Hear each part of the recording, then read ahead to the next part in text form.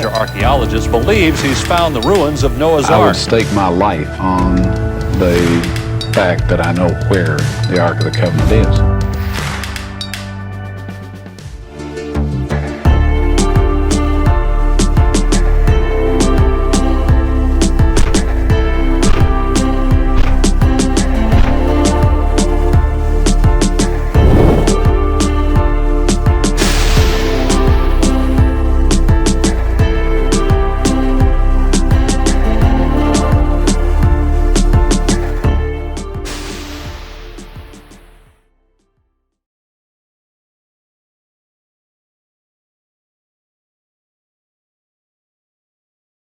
So these are things the Babylonians took back to Babylon. Where's mentioning of the Ark of the Covenant, the table of showbread, the altar of incense? There's no mention of these major items. Good point. What happened to them?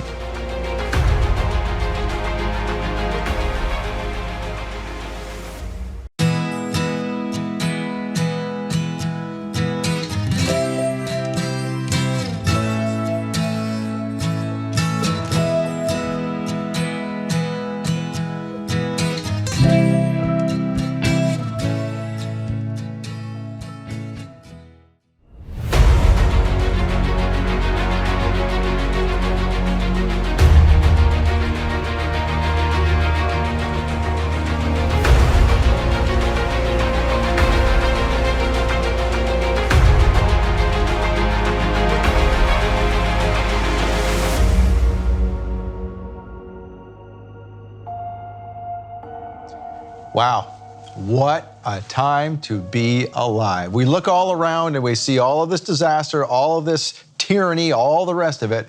But what did Yeshua say? Look up, your redemption draws nigh. We should be excited. And one of the most exciting things we ever did on the stage, we're going to talk about again. It has everything to do with where we are heading, the revealing of the Ark of the Covenant. And there's no greater expert on this subject, in my opinion, these days than Kevin Fisher. Kevin, welcome to Shabbat Night Live. Nice to be here. Thank you, Scott.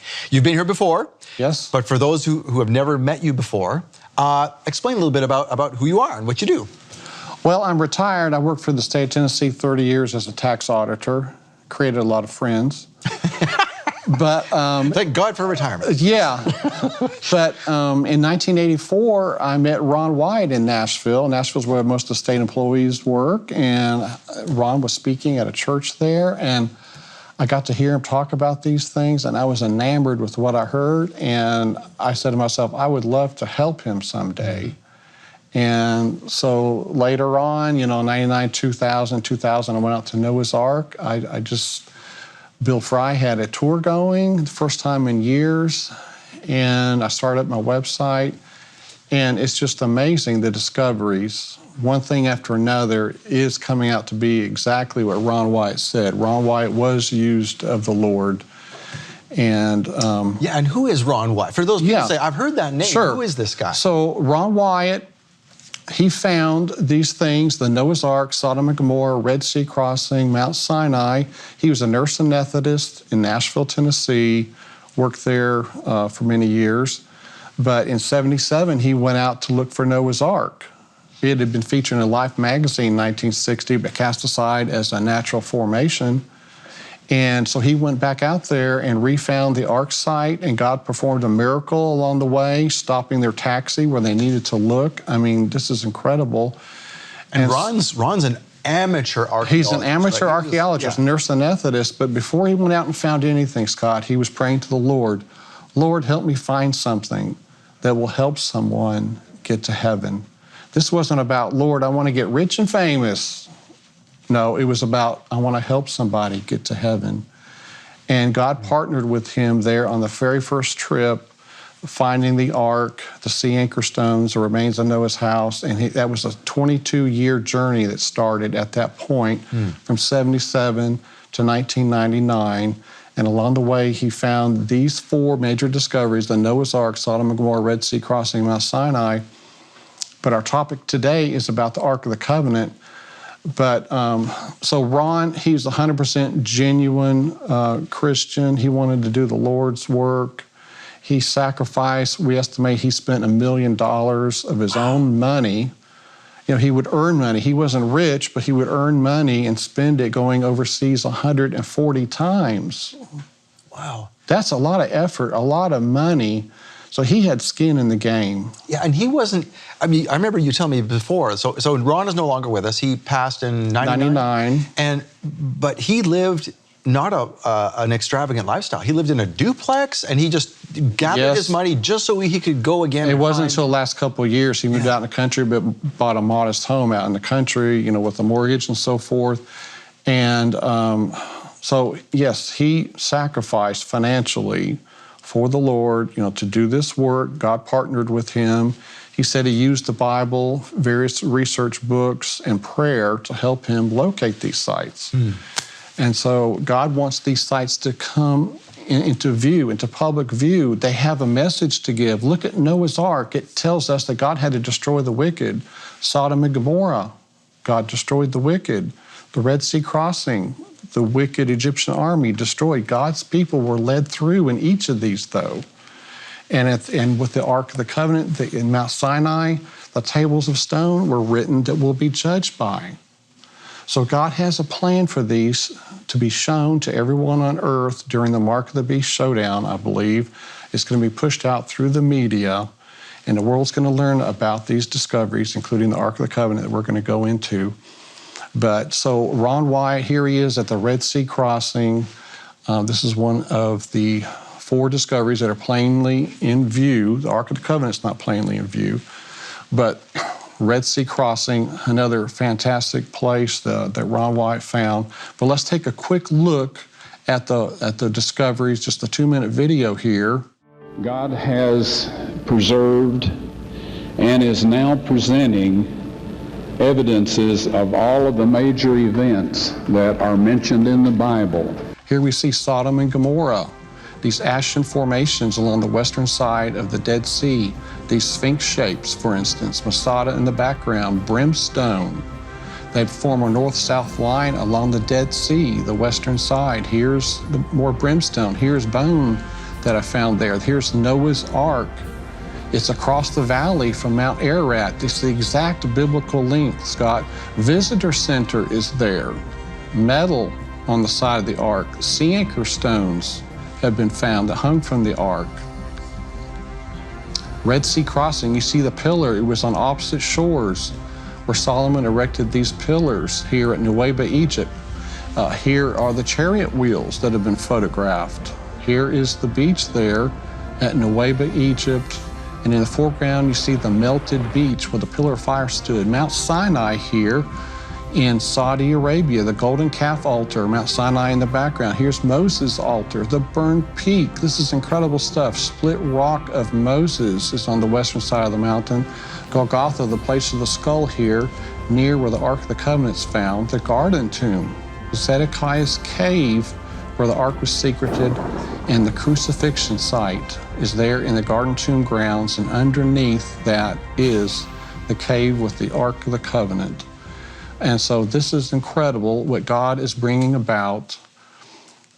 These 4 discoveries, like I say, are plainly in view. You can go to ArkDiscovery.com and take a look at them.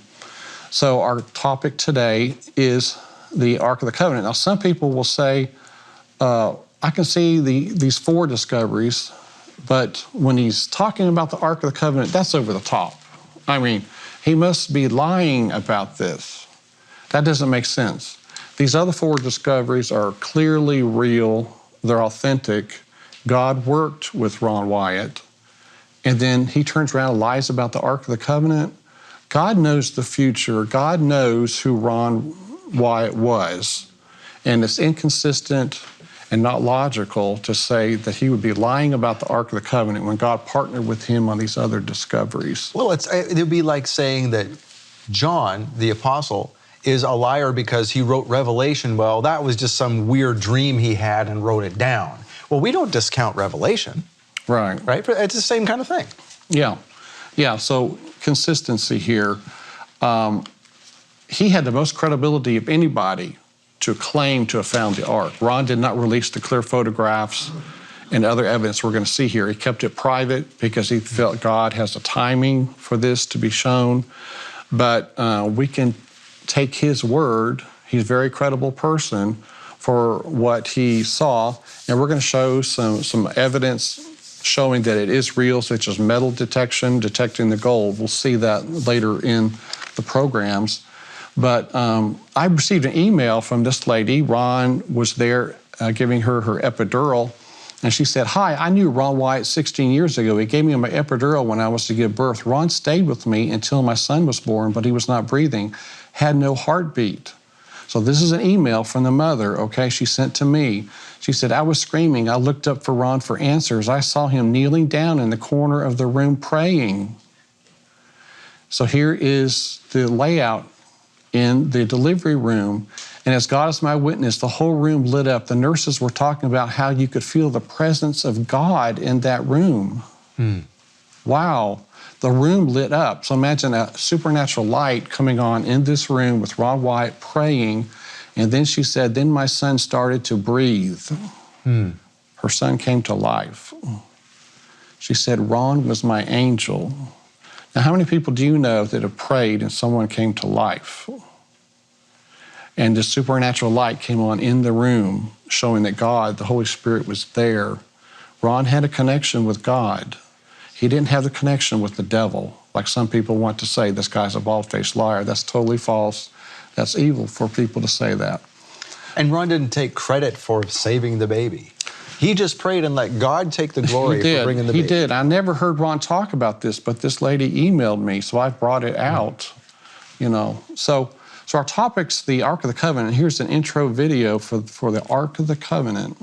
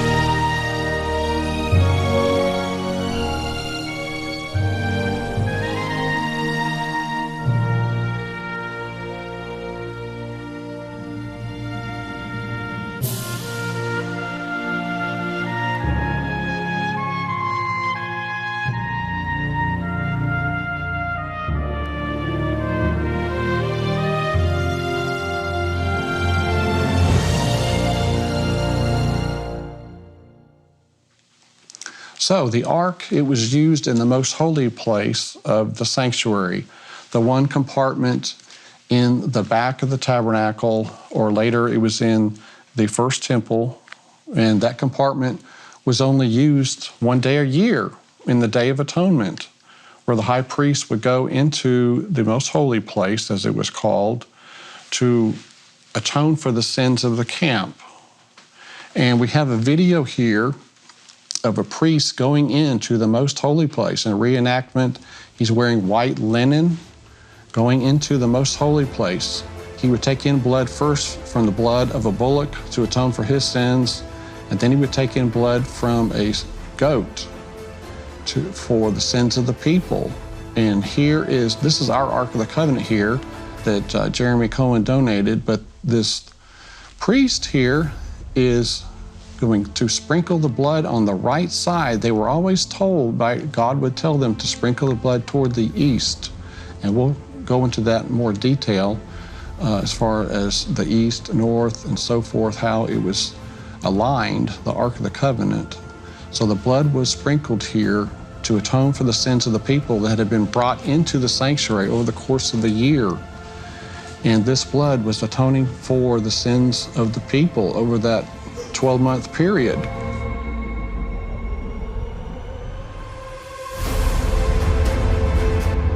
Now this replica, this is recently new to you. It is. We'll show some more pictures later, but this is, yes, it's exact replica according to Ron Wyatt's description. So yeah, that was the Day of Atonement when the Ark was used once a year. So 586 BC, Scott, the temple, the first temple, Solomon's temple, was attacked or sacked by the Babylonians, In 2 Kings, it mentions the bronze pillars that were in the house of the Lord and the carts, the bronze sea that were in the house of the Lord. The Chaldeans broke in pieces and carried their bronze to Babylon. They also took away the pots, the shovels, the trimmers, the spoons, and all the bronze utensils with which the priests ministered. So these are things the Babylonians took back to Babylon. Where's mentioning of the Ark of the Covenant, the table of showbread, the altar of incense? There's no mention of these major items. Good point. What happened to them? So, what about 2 Maccabees? Jeremiah found a cave dwelling. He carried the tent, the ark, and the incense altar into it, then blocked up the entrance. Some of his companions came to mark out the way, but were unable to find it. When Jeremiah learned of this, he reprimanded them. The place shall remain unknown, he said, until God finally gathers his people together and shows mercy to them. Then the Lord will bring these things to light again.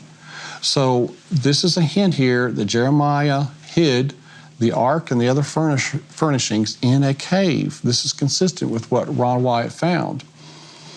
Here was Ron in 1978. Their first dive, they found the chariot wheels, and he's getting ready to go up to Jerusalem.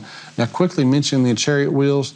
These chariot wheels, they have metal hubs. Some people said that this is table coral. That's totally false. These hubs have been checked with underwater metal detectors showing that there's metal in them. And if you go to the Egypt Museum, you'll see that the Egyptians did use the metal hubs. So, Ron, 78, he was leaving the Red Sea crossing, going up to Jerusalem on his way to Tel Aviv to fly out, and he had an experience that we're going to hear about here shortly. It was in the garden tomb grounds. John 19 said the place where he was crucified, there was a garden. In the garden, a new tomb in which no one had yet been laid. So the crucifixion area had a garden near it and a new tomb. So these things should be together. And this is the site we're going to take a look at in our programs here. This is the garden tomb grounds. This is the garden tomb here. It's very popular. This is sort of the Protestant location for Jesus' burial. This is inside of it. Jesus was placed here on the left side. About 60 feet in front of it, you see this wine press, one of the largest in the Jerusalem area, showing that there was a garden, like to crush grapes or whatever. And then about 50 feet from that is an underground cistern, water cistern for collecting water to water the garden. So once again, we have a tomb, we have a garden area, and so Ron found the crucifixion site. Here's Golgotha, the place of the skull. It's about 100 yards away along the same cliff face as the garden tomb. So this is a sign of execution here. Golgotha, the place of the skull. So Ron Wyatt's going to tell about his first experience at the crucifixion site when they were walking to the back of the garden. I had had an unusual experience. The Lord had helped me find the remains of Noah's Ark. He had helped me find the remains of Egyptian chariot parts and horse parts and people parts in the Red Sea in the Gulf of Aqaba. And I had gone to the Middle East with my sons. We had trained as divers, scuba divers, and we were going to get some of those chariot parts out.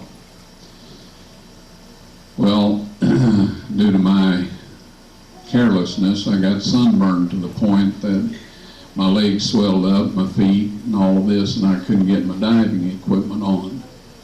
So I was up in Jerusalem hobbling around, feeling very, very rained on,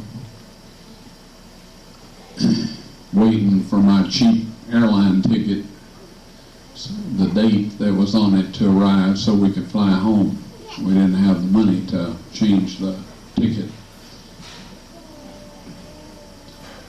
And during this time, I was hobbling around the city a little bit. And one day I met this archaeologist who was in charge of the Jerusalem area there.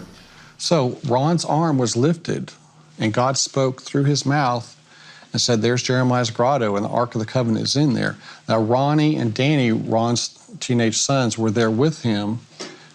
And in my recollection, we were there. And we saw Dad say, hey, that's Jeremiah's grotto, and the Ark of the Covenant's in there. So and we saw him do that. So they witnessed Ron's arm being lifted and him saying, "There's Jeremiah's grotto," and the Ark of the Covenant is in there. So this was a real event. Ron pointed out the cutouts in the rock face where the signs were placed, Jesus of Nazareth, King of the Jews. You can see them today there in the Garden Tomb grounds. And that's what Ron spotted in his first trip there in 1978. We had said, Dad always had us reading books on Sabbath, you know, instead of watch TV. So I was reading Acts of the Apostles, and it came across the quote from Maccabees about Jeremiah having his servant secreted in a cave and all that. And we kind of, I kind of said, "Dad, how come we don't go find that? You know, you'd already found Noah's Ark, you know." Is this after his arm had stuck out? No, this was before. Okay. Before that even happened. Okay. Yeah. And he said, Dad started questioning it then. He goes, "Well, I don't even know if it's still down here. I don't know if it's in heaven or not. Some people think it's in heaven, some people think it's down here." And he started studying up on it. And then we went back overseas and we went to the Garden Tomb, you know, just to look at it, basically. Yeah. And that's when It was just the tourist. his arm thing, went what up. we were doing. Yeah. And he said, you know, and at the time, when we walked in there, Dad said, "See those cutouts?" And you Yeah. remember? Uh-huh. And this was like the first time we had ever seen the Garden Tomb. And Dad walked around there, pointed his finger, then he showed us the cutouts. All right. Wow. Yes. So that was where the dig was going to start in that area. It was January 1979 when they were going to start the dig. And it's strange that today you see bleachers there, right? And do they even recognize what is right behind them? 99% of people don't realize what that is. Wow. Yes. So it's very, very sad. You know, it's not being broadcast. The Garden Tomb folks don't want to broadcast this, unfortunately. Okay. So, yeah. Well, we'll talk more about this in a second. So hang with us. Okay. You hang with us too. Thank you for being here on Shabbat Night Live. Thank you for bringing Kevin to us. Your donations make this happen. You give now, you let other people see this into the future. To me, this is one of the most important things you need to be showing people. This is hinting of what is coming. So make sure you donate to this program. Let others see this. Thank you for doing it. Thank you for supporting Shabbat Night Live. During the break, we grabbed this little thing right here. This is a piece of brimstone that Michael was given from the Sodom and Gomorrah area. And Kevin, what we're seeing here is, well, it looks like kind of an eggshell egg situation. So Yes. what is this? I wouldn't eat this. It's not a nice egg, but inside is the unburned monoclinic sulfur. This is unique sulfur that God rained down on the cities of Sodom and Gomorrah. The typical sulfur you find around volcanic areas is the rhombic sulfur. It's only 50% pure. This is 95 to 98% pure sulfur. It's special. This is a hardened shell because when this was burning, there was a liquid around this. It turns to a liquid, the outside, and it's a purple flame. And this got snuffed out by some type of ash, and so it quit burning. So that liquid turned into a hardened shell. That's what you have here. So inside is the unburned portion. On the outside was this that was on fire, and it cooled down and hardened. So that's what we have there at the cities of the plain. So that's pretty obvious that something unique happened here, and Yes. what else could it be? Right. And as Michael has explained in his videos as well, that the walls of Sodom and Gomorrah are still there. They look like hills, but they're not hills. Yes, there are all kinds of formations there showing man-made construction that fits the biblical description. You have the ash there. These are ashen remains. That's not soil that we saw in the images. Those are ashen remains. And so this is a warning to people, you know, that God had to destroy the wicked. You know, we've got to wake up and, you know, and serve our Lord instead of being led astray. So it's an incredible scene, the Sodom and Gomorrah sites. The more you walk through there, the more you see. It's incredible. So, yeah, so our topic here is the Ark of the Covenant, and so they were going to start their dig there. This is where Ron's arm pointed here, at this trash pile. I mean, so unassuming here, this primitive site is where they started the dig. When we first started, it was full of trash and junk, cans, a dead cat or two, you know, it was rats. trash. It was just a trash pile. So we had to clean it all out. Got sick. Yeah, we got the flu and just felt It was terrible. pretty miserable.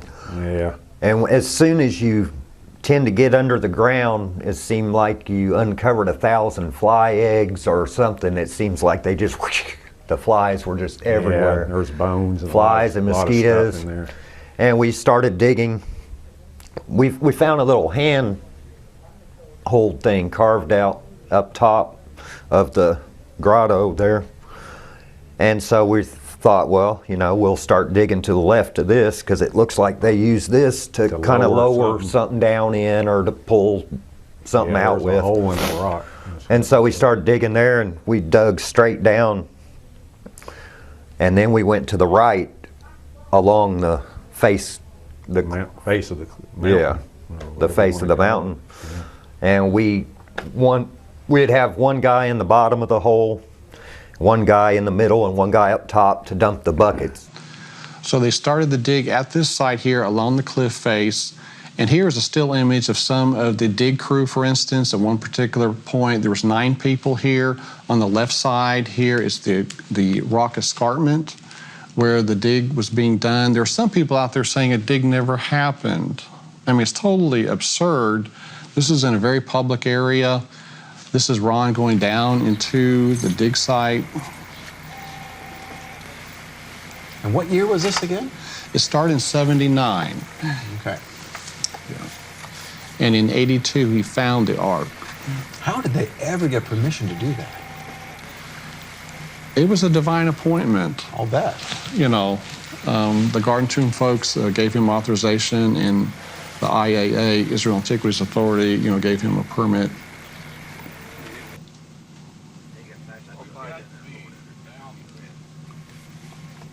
She walked 40 feet down? Roughly, yeah. So Ron went down by himself, or are there other folks down there with him? In this example, there's a couple of guys with him. Okay. I understand some of this was quite a tight squeeze, too. Yes. Ron had to exhale in order to get through some areas going to the Ark. Man. On the end of the jackhammer.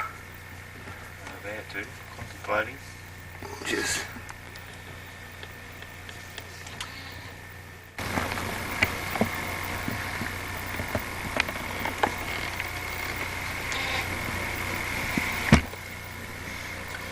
Hi, I'm Ron Wyatt. Welcome to the Ark of the Covenant dig.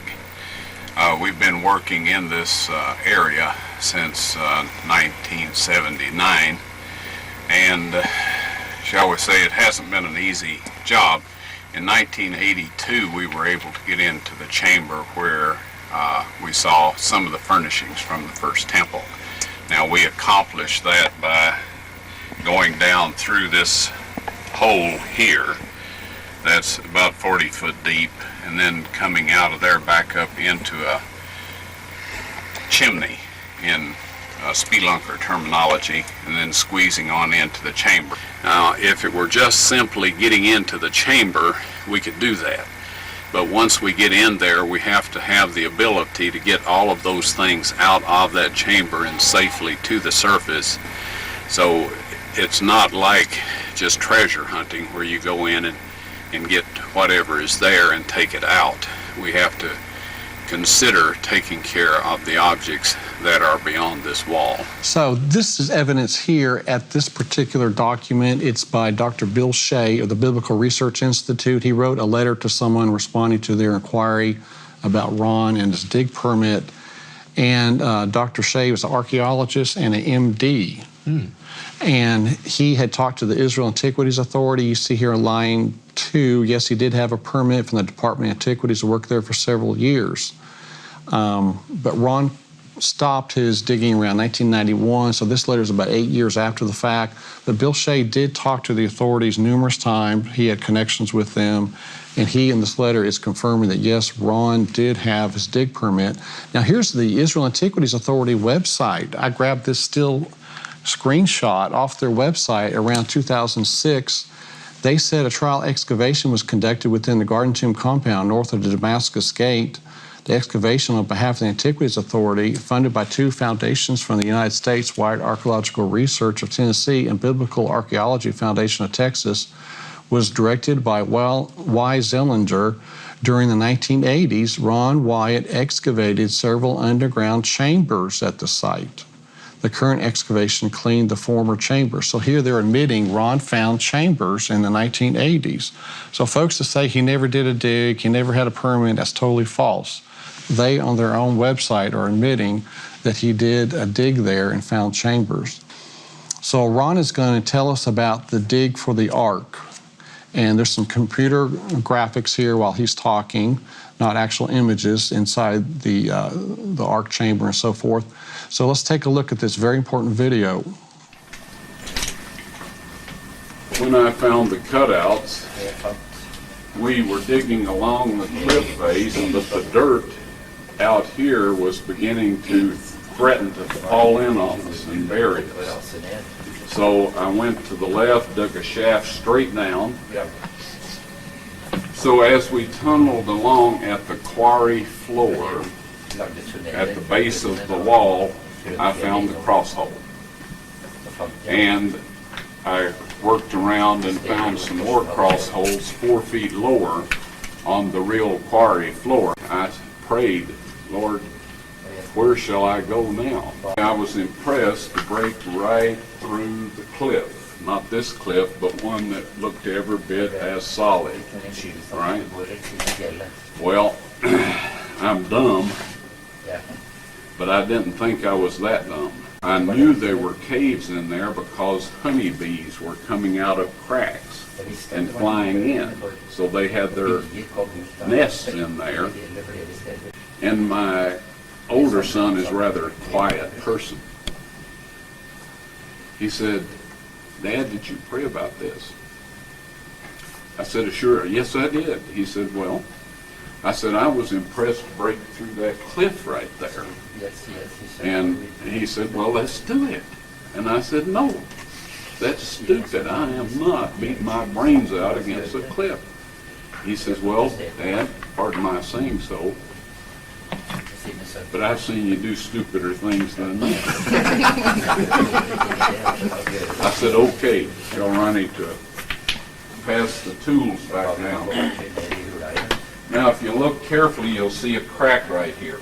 All right, it's not much of one, but it is a fault line through that stone. So we went 18 inches over to this side, took our hammers and chisels and started marking the stone up and down and up and down. Finally, a big chunk popped out of there. Pushed it off to the side, looked back in the bottom. There was a small dark hole about that big. Didn't look very promising at all. I had my son hand me the flashlight. We had them sitting where we could see. This was all down in a tunnel. And so I put it up to that hole, and there was a big cave chamber back behind there. Have you ever had goosebumps and all of that sort of thing just overwhelm you? Well, that's what happened to me. It didn't take us very long to make the hole big enough to get in. I thought the Ark of the Covenant would be sitting right there. It wasn't. Okay.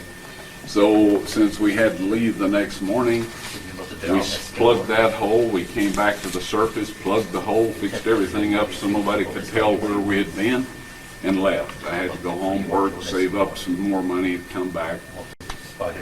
But eventually, I found the Ark of the Covenant, and it was in a chamber that I would not have bothered going in, just like I wouldn't have bothered breaking through the wall. There was the little Arab guy that was letting us eat at his restaurant. He was a full-grown man, but he's about that tall and small, petite. So as we went through this cave system, he would crawl into the chambers, and I'd give him a light, and he'd shine it around, and I'd peek through to see if it looked like anything in there. So we did this over and over, and we came to this one hole after we had, I mean, you wouldn't believe where all we had gone in that cave. We had just been all over the place, up and down, different levels. And at this point in time, we had gone about 45 feet down and then back up. And here this hole was in the wall, about that big around, and there was a stalactite hanging right down the middle of it. It's the only stalactite I had seen in the cave that wasn't just little ones. This was a big one. So I broke it off, made the hole big enough for him to get in, and he was crawling in there, and I started to hand him the light so he could do what we had been doing, several days. He came tearing out of there. His eyes were big as human eyes can get, and he said, "What's in there? What's in there? I'm not going back in there." And I said, "Well, what did you see?" He said, "I didn't see anything." And I thought, well, okay. Now, he had been in tighter places than that and had not responded that way. So I got this little beam of light, in a very dark place here. And I thought, that is divine terror. That's supernatural terror. So I figured that is either where the Ark of the Covenant is or it's the way to get to it, one or the other, and God doesn't want this fella to know. So I made the hole big enough for me to get in. I got in there, and folks, it was full of rocks, bigger than these here.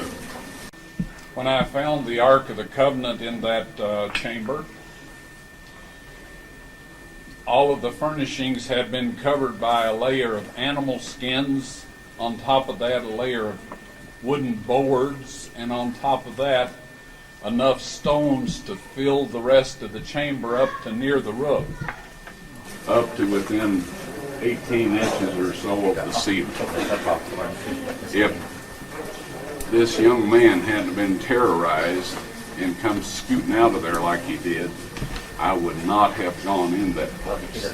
But who needs rocks? We've been moving thousands of them for 3 years. So anyway, I crawled in there with the flashlight, and I crawled around on top of the rocks, and I shined the light down between the cracks in the rock, and there a flat gold thing reflected back at me. So I moved over and shined down through another. There was two reflections, one here, one there, and one over here. So I knew it was a flat gold top. And I thought, the Ark of the Covenant. I forgot about the cherubims, sitting on top. They'd have been poking up through if that was the top of the mercy seat. But anyway, I started moving these rocks, and I stuck them everywhere I could.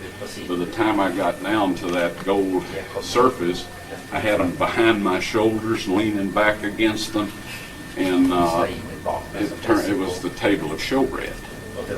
Well, hey, that's not a bad thing, huh?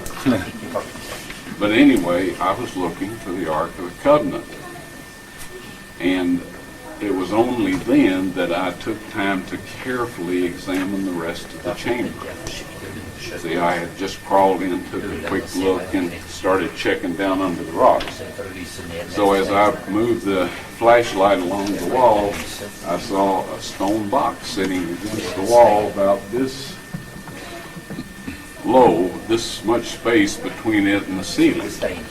The lid was broke, slid around, and right above it was a crack with dark brown-looking material at the bottom on the bottom of this crack. And I was able to see the top of the lid of the box. On both sides of the broken pieces was more of this brown stuff.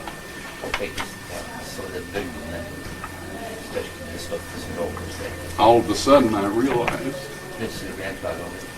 I was sitting in front of the Ark of the Covenant, and that Christ's blood had come down. What I saw was dry blood on the lid that had been busted and slid around, and there's dry blood on both sides of that break.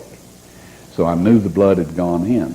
But I knew in my heart the Ark of the Covenant was in there, but I didn't know by sight. That once I regained consciousness after I became aware that the blood of Christ had gone on the mercy seat I hadn't a clue. And when I started digging, I was looking for the Ark of the Covenant. I had no idea that was the crucifixion site. I found that out as I dug down that escarpment. And so anyway, when I realized this, I passed out. When I regained consciousness, here I was in this hole way down in the earth, had to go 90 feet approximately to get out of there back to the surface. We found this January 6, 1982 at 2 o'clock in the afternoon. When Christ died and the earth shook and the rocks were rent, a crack came right down the entire face of the escarpment, right past the left side of the cross hole, and the stone opened up. Down below, 20 feet below, God had arranged for the Ark of the Covenant with its mercy seat, if you please, his earthly throne, to be positioned right down there 600 years before in 586 BC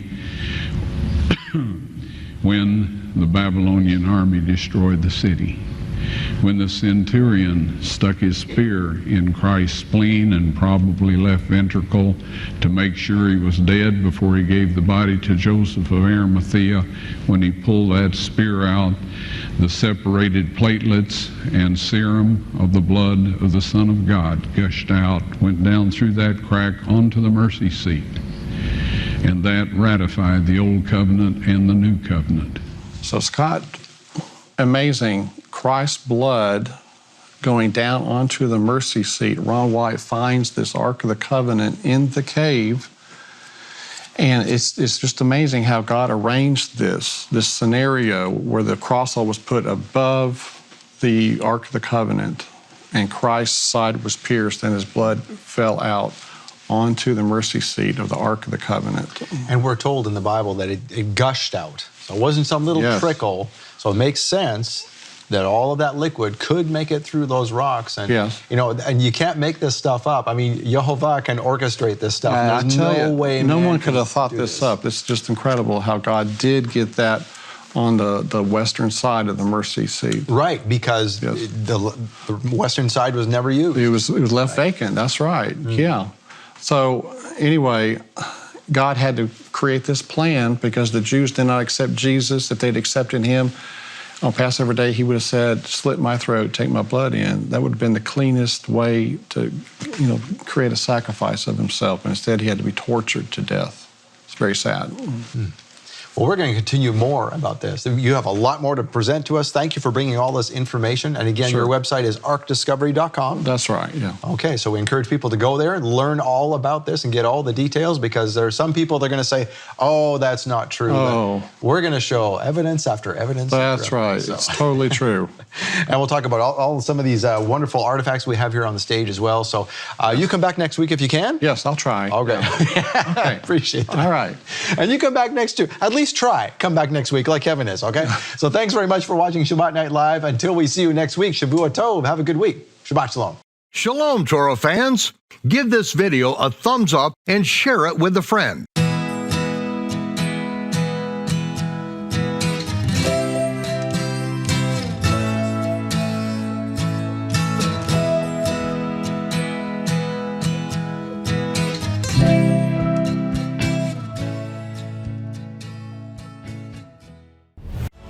The blood is unique, has one earthly parent, and this is what the world's going to see. This is evidence that Yeshua really was the Messiah.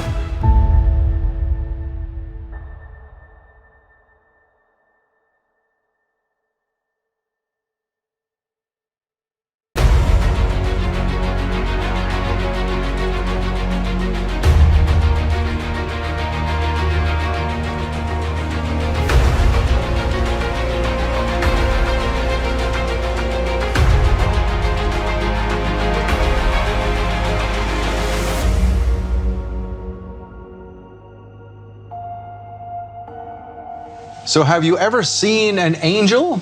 We're going to talk about one encounter today by one Ron Wyatt, courtesy of Kevin Fisher. Kevin, thank you for joining us again on Shabbat Night Live. Nice to be here. You know, Ron Wyatt had all kinds of fantastic tales that some people might say, come on. But you know what? There's these second witnesses that come forward and his story is validated. We're going to talk more about that today. But first, I've known several people who have seen angels, and you kind of look at them funny and go, yeah, right. But the stories seem to line up, and Ron's story about encountering an angel is no different.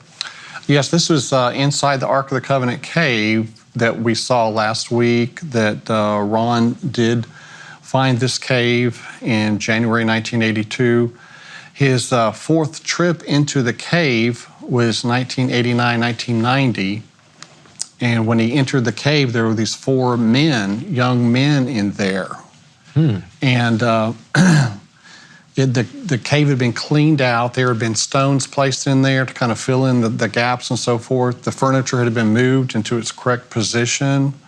Table showbread, altar of incense, Ark of the Covenant. So set up like it would have been in the tabernacle in the wilderness? Yes. Okay. And these angels in there are going to speak to Ron. Ron's going to tell us what happened, and they're going to tell him to take a sample of the blood. Last week we found out that the blood of Yeshua landed on the western side of the Ark of the Covenant. So let's take a look at this video that Ron's telling about meeting these four angel men in the cave. The fourth trip I made into this chamber, it was spotless. The furnishings were set in perfect order. The Ark of the Covenant, however, had been placed against the wall, the end of the cave. The end of the cave was a beautiful crystal radiating the colors of the rainbow. Now, I know New Age and all that goes in for rainbows, so do homosexuals and all of that. But God used it first, all right? It's around his throne, and it's around his earthly throne. Now, there's no veil in this setup. So it is the earthly, it's God's temple on earth, or his residence where he once dwelt. And anyway, when I found it like this, there were four young men standing in there. And I started to say, what are you doing here? And I froze. I couldn't move, couldn't breathe, couldn't do anything. One of the people said, we are the four angels that have been taking care of the ark since Moses put the tables of stone in it, right? And they instructed me to set up my video camera with the tripod, aim it at the Ark of the Covenant, and they went over, lifted the mercy seat up. I don't know how heavy it is. I've never tried to lift it, but it's solid gold. And the angel said, take the tables of stone out of there. God wants everyone to see those. I took them out, all right? They put the mercy seat back down over the Ark of the Covenant. I backed away a little bit.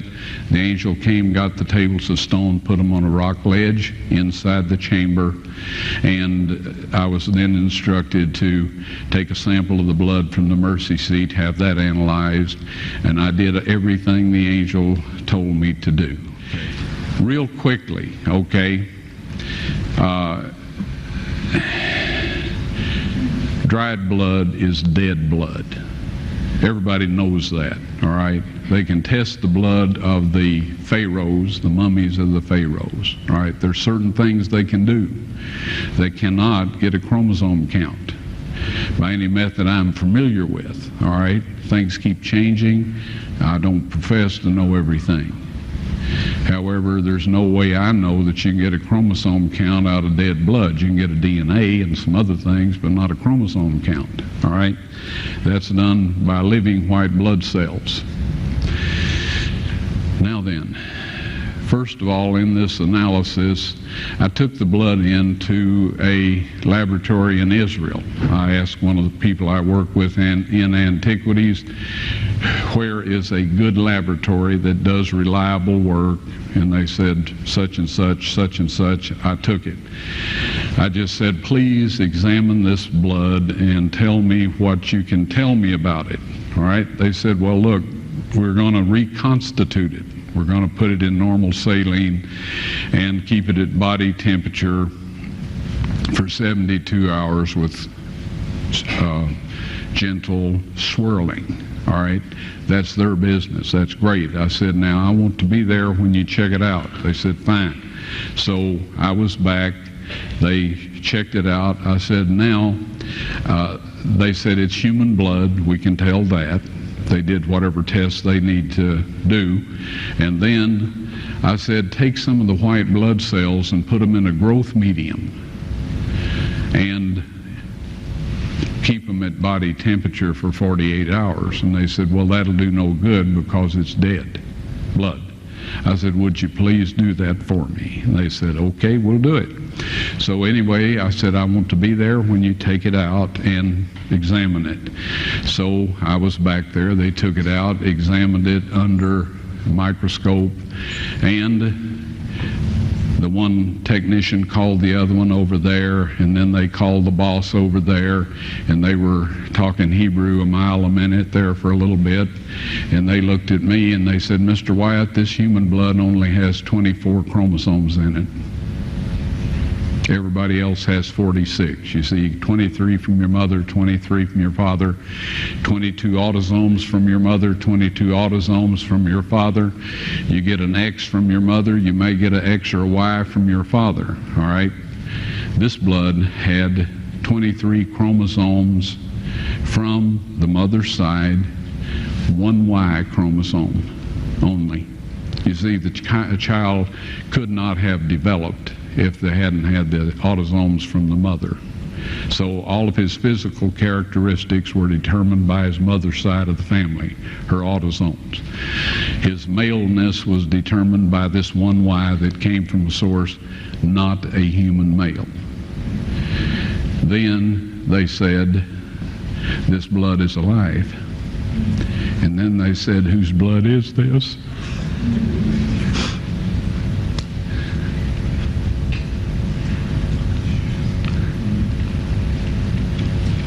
I said, it's the blood of your Messiah.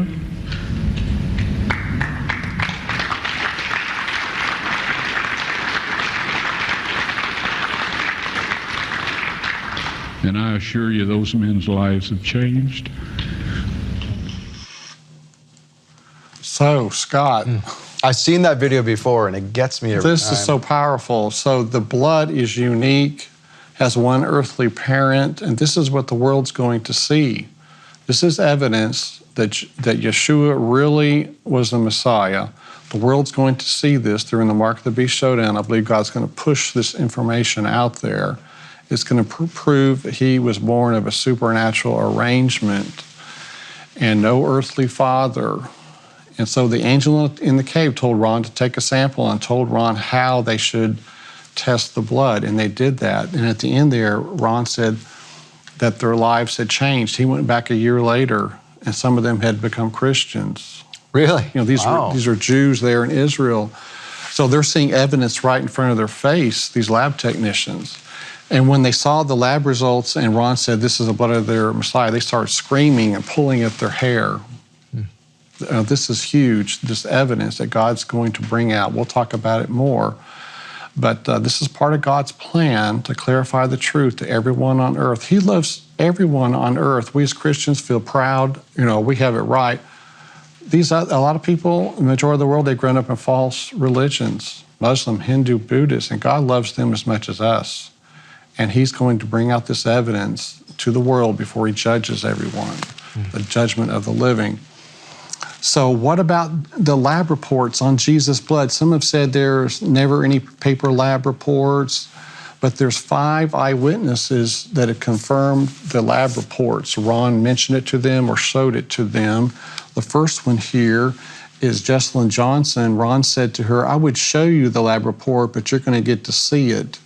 She said she never got to see it, unfortunately. So at least Ron verbally confirmed it to her. Dr. Jonathan Gray and his wife Josephine, they both told me separately in separate emails that yes, Ron was going to show it to them, but it was late at night, and Dr. Gray said, hey, let's do it in the morning. So Dr. Gray put it off, and then the next morning, they're visiting from Australia, the next morning, they forget about it and they don't get to see it. But at least Ron did say he had it and was going to show it to them. So this is another witness. What about Henry Groover? He said he saw 3 lab reports verified in front of him by document specialists. And here's a video clip of Henry Groover talking about this incident where the lab reports were confirmed right in front of him. The My name is Henry Groover. I'm with Joyful Sound Ministries in Woodbine, Iowa. And I worked for many years with Ron Wyatt, traveled many places with him, met him in Jerusalem, been back to Jerusalem and parts of the Middle East with him, from Turkey to Egypt. And Ron Wyatt shared with me the certificates of the documentation of the lab reports from Jerusalem, Germany, and America. 3 laboratories where the blood was tested that he scraped off of the sarcophagus and the area where the blood came down through the crack from the center cross hole onto the sarcophagus that held the Ark of the Covenant. I was in the Southwest Regional Convention of the Full Gospel Businessmen in January of 1998. No, 89. I'll get that right. 89. That was in the year that I met him in April. I was with Ron Wyatt in 1989. Anyhow, Demas Shakarian was there. The lawyer for the Full Gospel Businessmen was there at the table, and a document specialist from out of Los Angeles. We were there. Ron brought his certificates from his lab reports, from all of the different lab reports that he had. But I want to focus on just these 3 certificates. This seemed to be the real interest of the document specialist. He inspected the 3 different lab reports from Jerusalem, Germany, and America of the blood that went on the mercy seat.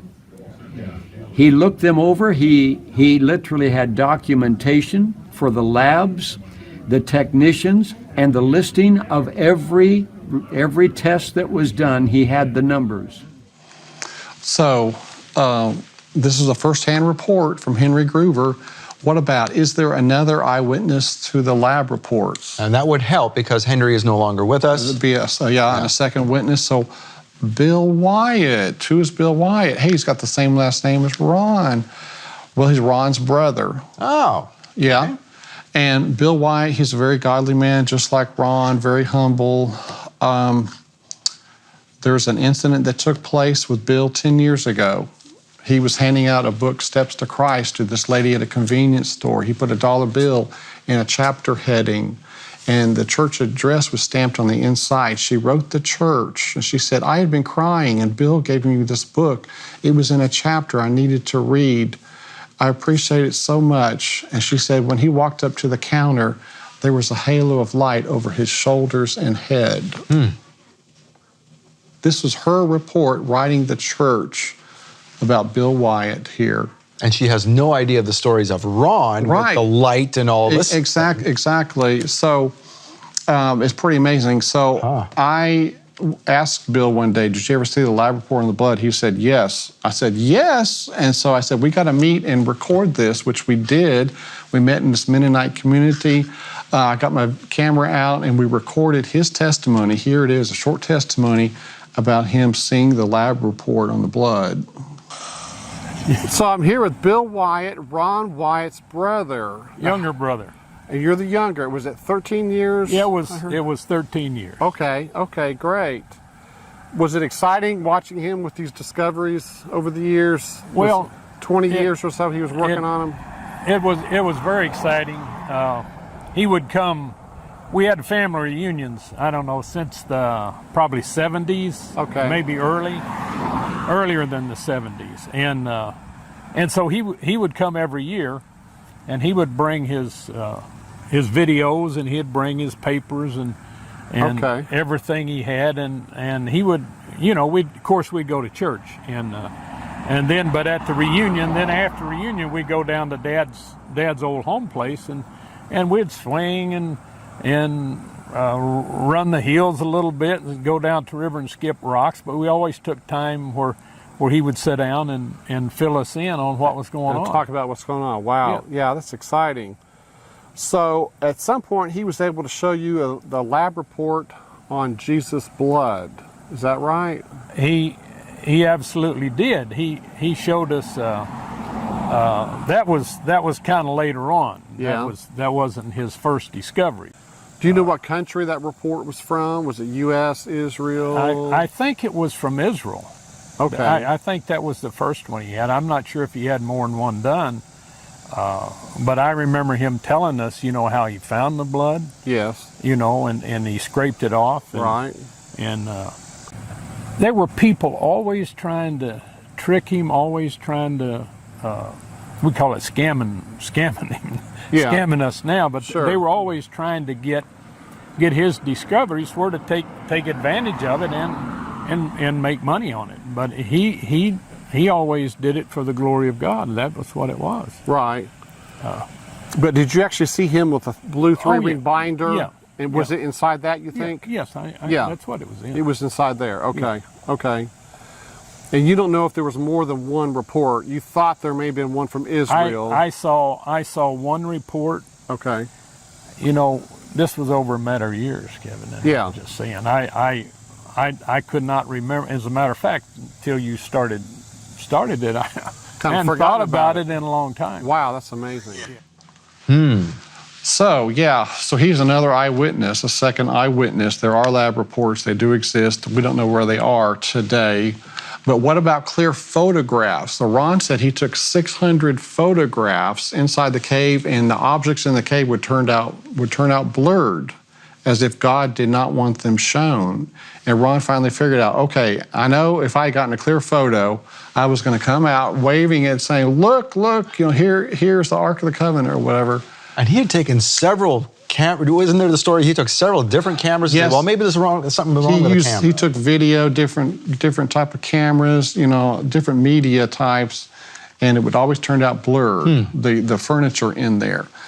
But I ran into a person who told me that Ron gave them some clear photos. After Ron understood, I'm not supposed to share this. I understand you have a timing.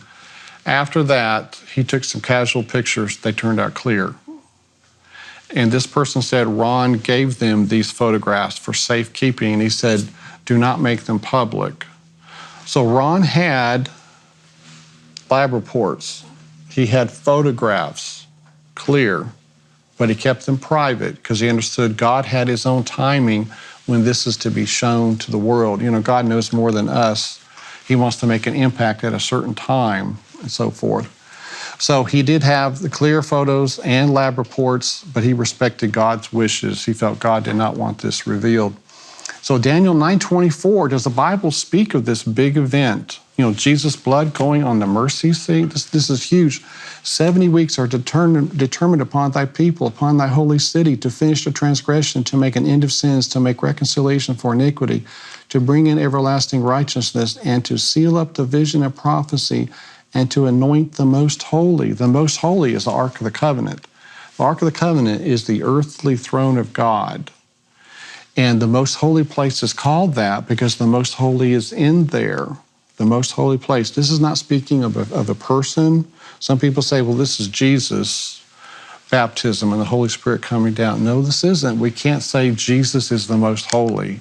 Yeshua is the most holy. No, this is speaking of an object. It's speaking of a sanctuary. I've read various Bible commentators say that. And just think of Jesus' blood anointing the most holy. It fulfills the statement here, make reconciliation for iniquity. In some versions it says to atone for iniquity. The Day of Atonement, the blood was taken in there. Bring in everlasting righteousness. That's what his blood did. It brought in righteousness. It made an end of sins. So this text is fulfilled by Jesus' blood going on that mercy seat. This is huge. And so this text does confirm what was to take place there. Ron liked this text, 1 John 5:6-9. It says, this is he that came by water and blood, even Jesus Christ, not by water only, but by water and blood. And it is the Spirit that beareth witness, because the Spirit is truth. For there are three that bear witness, that bear record in heaven, the Father, the Word, and the Holy Ghost. These three are one. And there are three that bear witness in earth, the Spirit, the water, and the blood. And these three agree in one. If we receive the witness of men, the witness of God is greater. For this is the witness of God, which he hath testified of his Son. So water and blood here is a testimony of Jesus. And this is going to be, like I say, shown to the world. Jesus' blood atoning for our sins, activating that mercy seat. Mercy was granted by his blood going onto that mercy seat with the law underneath. So this is a perfect scenario. Now, hold that thought. We're going to come back and talk more about this. This is great stuff. So hang on to that thought. All right. You hang on as well. We'll be right back. Thank you for bringing Kevin to us. Your donations did that. Your donations now can continue this into the future so that other people can see this. And I'm sure you can see this is important stuff. Thank you for doing it. We'll be right back. Thank you for your financial gifts to Shabbat Night Live. It makes all of this happen, makes all of this great information come forth. And Kevin, we were talking about how Yeshua's blood went on to the mercy seat. Just makes total sense, and we actually have biblical backup for it.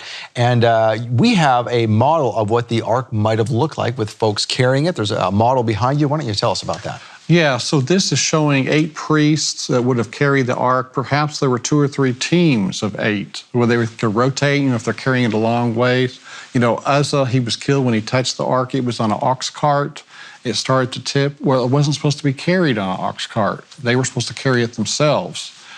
And so apparently there were 8. Ron thought it weighed approximately 600 to 800 pounds. That's heavy. So very heavy Ark of the Covenant. Most of it's solid gold. So this depicts it here. The blue cover would have been all the way over it, covering the ark. So yeah, that's amazing that the priests, would carry it great lengths and so forth.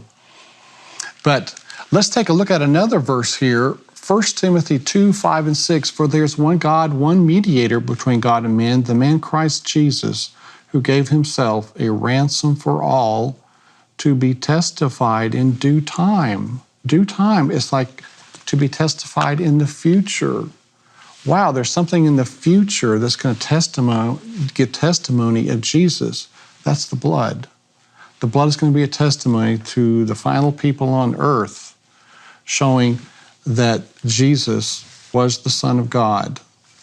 And that's what's going to happen, I believe, during the Mark of the Beast showdown. So this is a powerful verse, 1 Timothy 2, 5, and 6, those 2 verses.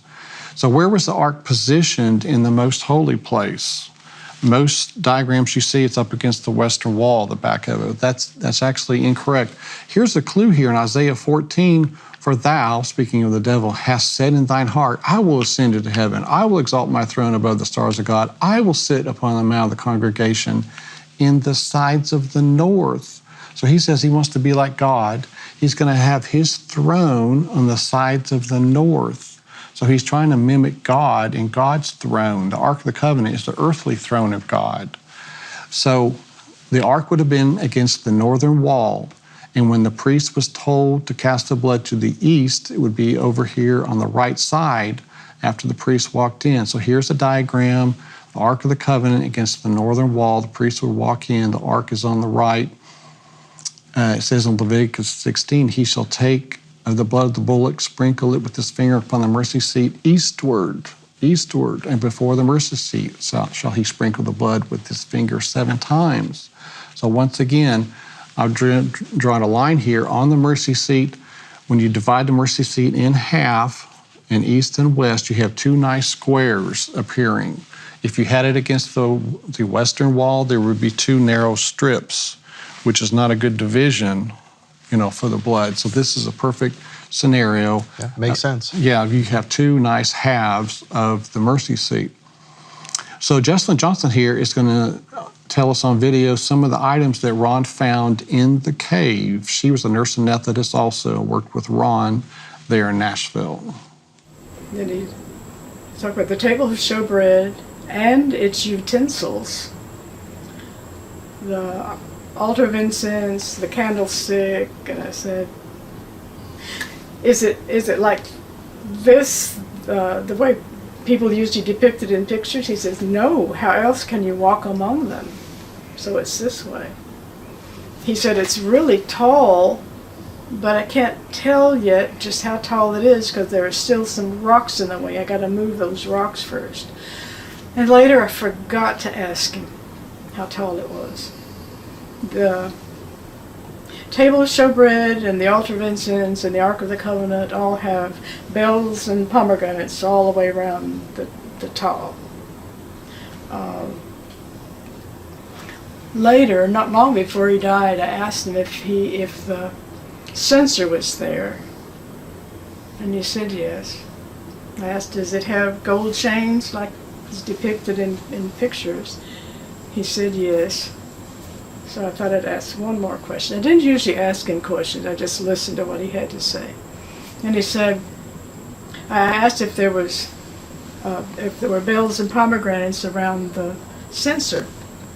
And he said, there is a bell and pomegranate theme throughout. So I took that as a yes. The boards. I've told you about the golden boards. I hadn't found anybody that Ron had told that to, other than me. The boards of the tabernacle, the 3 walls of boards covered in gold, made of acacia wood. They were about 30 or so inches wide and about 17 feet tall. And Ron said, Justin, I used to wonder, where did they find acacia trees big enough to make boards that size? He said they didn't. They were just pieces put together and clamped together and then overlaid with gold. He said, and that they weren't planed, they weren't smooth, they were still bumpy, but he said they were very beautiful. And I'm like, wow, those the gold, heavily covered gold boards with all the shapes, and the 7-branch candlestick that would reflect everywhere. It would be like a room full of diamonds. It would just, everything reflecting. That would be beautiful. Makes sense, doesn't it? Yes. I mean, they had to use what they had available at the time, right? So these were pieces glued together and so forth. Now, something important, I just want to say that people need to really, keep this recording, show it to other people, whether it's on YouTube or on DVD, Blu-ray, or whatever, in case YouTube goes the way of the dodo for us one day or something. Know. But because a lot of these folks you're showing in these videos are elderly. Like, to your knowledge, is Jocelyn still with us? Yes, she is. She is. Okay, but Bill, Ron's brother is elderly too. Yes. So these stories are going to get lost. Yes, I'm elderly too. Yeah. But we need to save these stories. We need to pass these around. I know. Yeah. I think time is short and things are going to wrap up pretty quick. But yes, you never know from day to day, what's going to happen. But yeah, so in this depiction here, it tells in Exodus 25, make a lampstand of pure gold, 6 branches are to extend from the sides of the lampstand, 3 on one side, 3 on the other. So the lampstand is kind of like a tree. It's 3-dimensional. It's not a flat plane. So that's, different from what people normally think. So what about 1 Samuel 21? And the priest said, the sword of Goliath, the Philistine, whom thou slewest in the valley of Elah, behold, it is here, wrapped in a cloth behind the ephod. If thou wilt take that, take it, for there is no other save that here. And David said, there's none like it. Give it to me. And so in the cave is a sword similar to this design, is 62 inches in length. That's exactly 3 Egyptian cubits. The Egyptian cubit was the most ubiquitous cubit of the ancient world, Britannica says. So Goliath ordered up a sword. I want a sword 3 cubits in length. So they made one. Now, it has these side barbs here. The side barbs, a reenactment gladiator guy emailed me and said, these are for slashing and tearing away a shield. An opponent's shield. It would catch on there and wipe it away. And then the handguard here, a sword could come down and get caught in here, see, momentarily. And I assure you, Goliath was doing a lot of kicking. You can momentarily, incapacitate their sword, and you just kick them down. He was approaching 12 feet in height if you use the Egyptian cubit, and according to the biblical measurement. So this is quite interesting. It's still in the cave there with the Ark of the Covenant, looking similar to this. I assure you it's a lot heavier. We have a replica very much like you have here in the ministry. Okay, I did too. see that one day. Yeah, that's neat. Maybe I'll switch them out. Ours is metal. It's very heavy. Yeah, I know. That's nice. So yeah, what about here in the Israel Museum? In 2005, there was in this display case the only object from the first temple. Oh. This is what Ron Wyatt found. When he would find something in his dig, he turned it over to Israel Antiquities Authority. And we have here a little reproduction of it. And that's actual size. It's that small. It's 1 3/4, I believe, is the actual. And underneath it would have been a type of rod extending out. And Ron put the rod part in the Ark of the Covenant cave later, but he gave this to the Israel Antiquities Authority. So if anyone ever has doubt that Ron Wyatt actually went on a dig, well, there's an artifact sitting right in front of us. Yes. So the Biblical Archaeology Review, they would oftentimes say, this appears to be authentic. The thing is, you couldn't document a big dig associated with this being found. Ron had basically a kind of a quiet dig going on and would turn things over. And this was stolen shortly after he gave it to them in 1979. It was during his initial part of the dig. He was in the tunnel system. He found this, turned it over to them, and then it was stolen. They had to buy it back that year from an antiquities dealer for $550,000. Wow. So they knew it was real, okay? And so they spent big money buying it back. So this is one of the things, it's the only thing made public from the first temple. It says, belonging to the temple of Jehovah, holy to the priests. So that's what's on the shoulder there, written in Hebrew. So what about the ark design? This is Ron's description, drawn by Jim Pinkowski, showing the angel on each end, not sitting on top. To be on top would be like sacrilegious. I mean, you're sitting on the mercy seat, the holy mercy seat. So instead, they're looking reverently down on the mercy seat, and they're extending their wings. Now, up until just recently, we had the little bragging rights that we had the only one-to-one replica in the world that we knew of Ron Wyatt's Ark of the Covenant, but now you have one too. I'm sorry about that. Yeah, in 97, I gave Ron a banner, and here it is hanging in my apartment, and I donated it to the museum at the time. He drove down and met me. That was so nice of him. And so it's hung there for many years. But this year, Jeremy Cohen here on the left, as you say, he donated this Ark of the Covenant. It's beautiful. And that's Bill Wyatt on the right? That's Bill Wyatt on the right. Yes, Bill came up to meet Jeremy. That was nice of Bill. And he's holding the 10 Commandments that we're going to talk about here.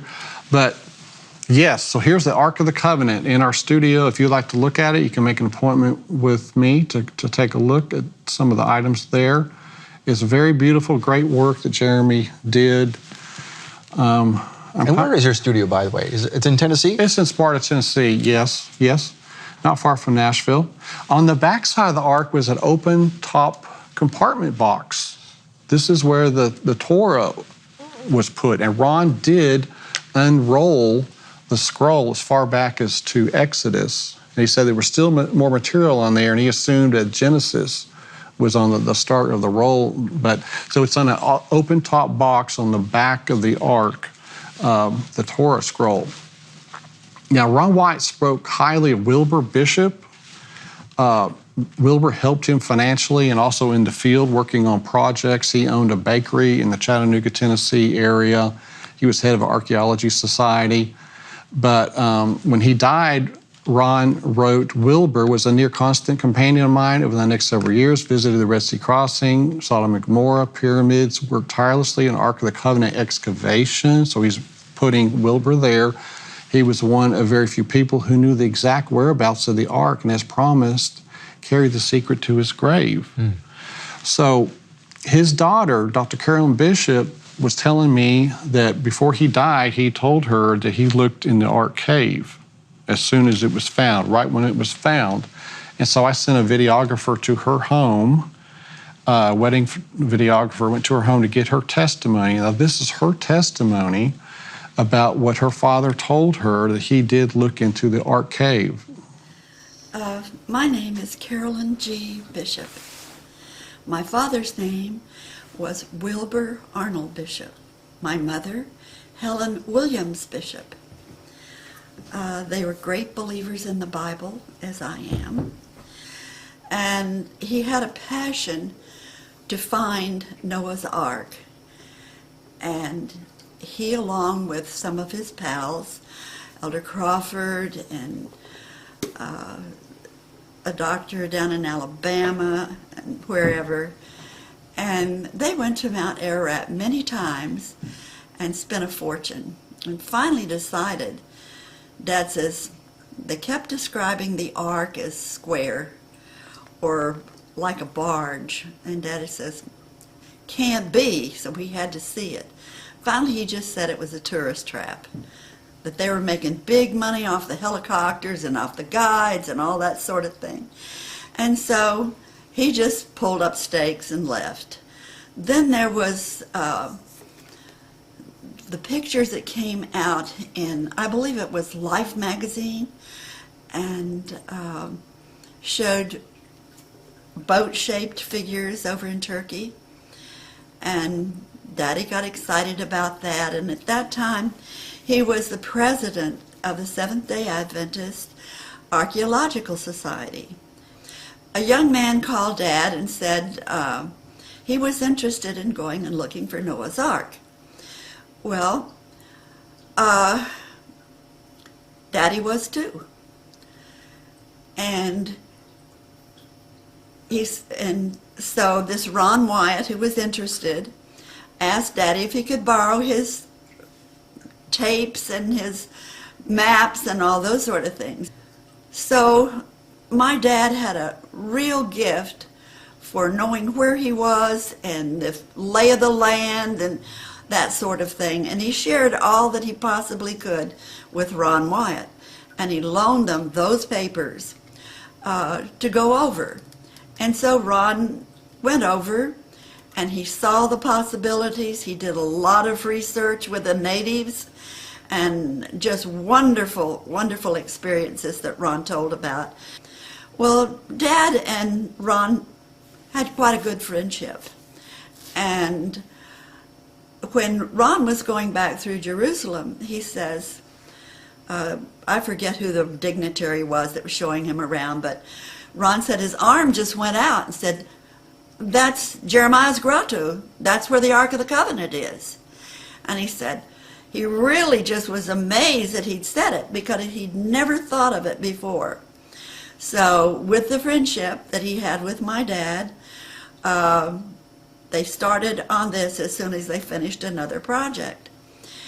And it was a long, hard row to keep trying and digging. Ron asked Dad to help him with this project. My daddy had coal mines in Grundy County off of Signal Mountain, just over Chattanooga. And so he knew how to enforce the tunnels that they have to make to get to places, the coal miners. So Dad was very caring about Ron and his project, and he would go and check, and he would go over and work. And he didn't need an invitation. He just, whenever he could, he would go over and work. Well, he went over, the last time he went over, he was there. Ron would dig out the rocks, and Daddy would pull them in a bucket out. Well, Dad was coming back from one of these trips of dumping rocks on the other side of the road, and out spurts this young man that was a relative of someone working in the garden tomb. And Dad said his eyes were just terror in his eyes. And his voice, he kept saying, "What's in there? What's in there? What's in there?" Just as fast as he could say it. And he was sprinting past Daddy. He didn't look at Dad. He didn't stop. He just disappeared in the distance, screaming, "What's in there? What's in there?" So Dad was afraid that Ron maybe something had caved in or something. So he went and got down to Ron, and my dad was a slight-built man. It wasn't very difficult for him to get in there, and he was used to doing it. And he went in and he found Ron just like he was stunned or in shock. And he was just sitting over against the wall. And there was a hole across from him. And Dad said, "Are you okay? What's all this?" And Dad, he says, "Take the flashlight and see what's in there. What scared that boy?" And so obviously he hadn't checked it himself. So Dad took the flashlight. My dad wasn't afraid of anything. He took the flashlight and he shone it in that cavern. The hole in the cavern was big enough to where my daddy could get through it. But Ron refused to let him go. Ron was big shoulders and a big guy. And he was afraid that it would collapse and all kind of stuff, but he wouldn't let Daddy go in. And he wasn't going in. But when Daddy shone the light around inside of the cavern, I think it was a little to the left, there was a long row of dried pelts. And there were several layers of dried pelts. And on top of that were dried boards, so they'd evidently been there for centuries. And forward to the right was, quite a ways to the right, was this big stone sarcophagus sort of a thing, with the lid had been knocked ajar, part of it had been broken off and was very much askew. And they figured that that's where the Ark of the Covenant was. Okay, powerful testimony. Another witness there, being able to look into the cave and see what's in there. We're going to come back and talk more about this next week. This is just getting started. So thank you, Kevin, for joining us.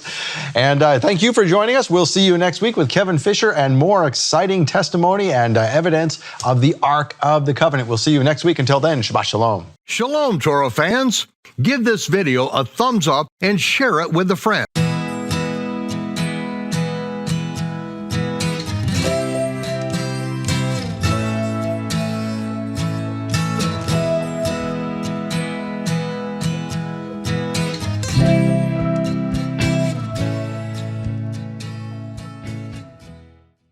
This is visual evidence. Visually, you can say the Ark is there. It's just as Ron Wyatt said. There were 30 some odd tests done with this, and every test confirmed the Ark being in the spot that Ron Wyatt described.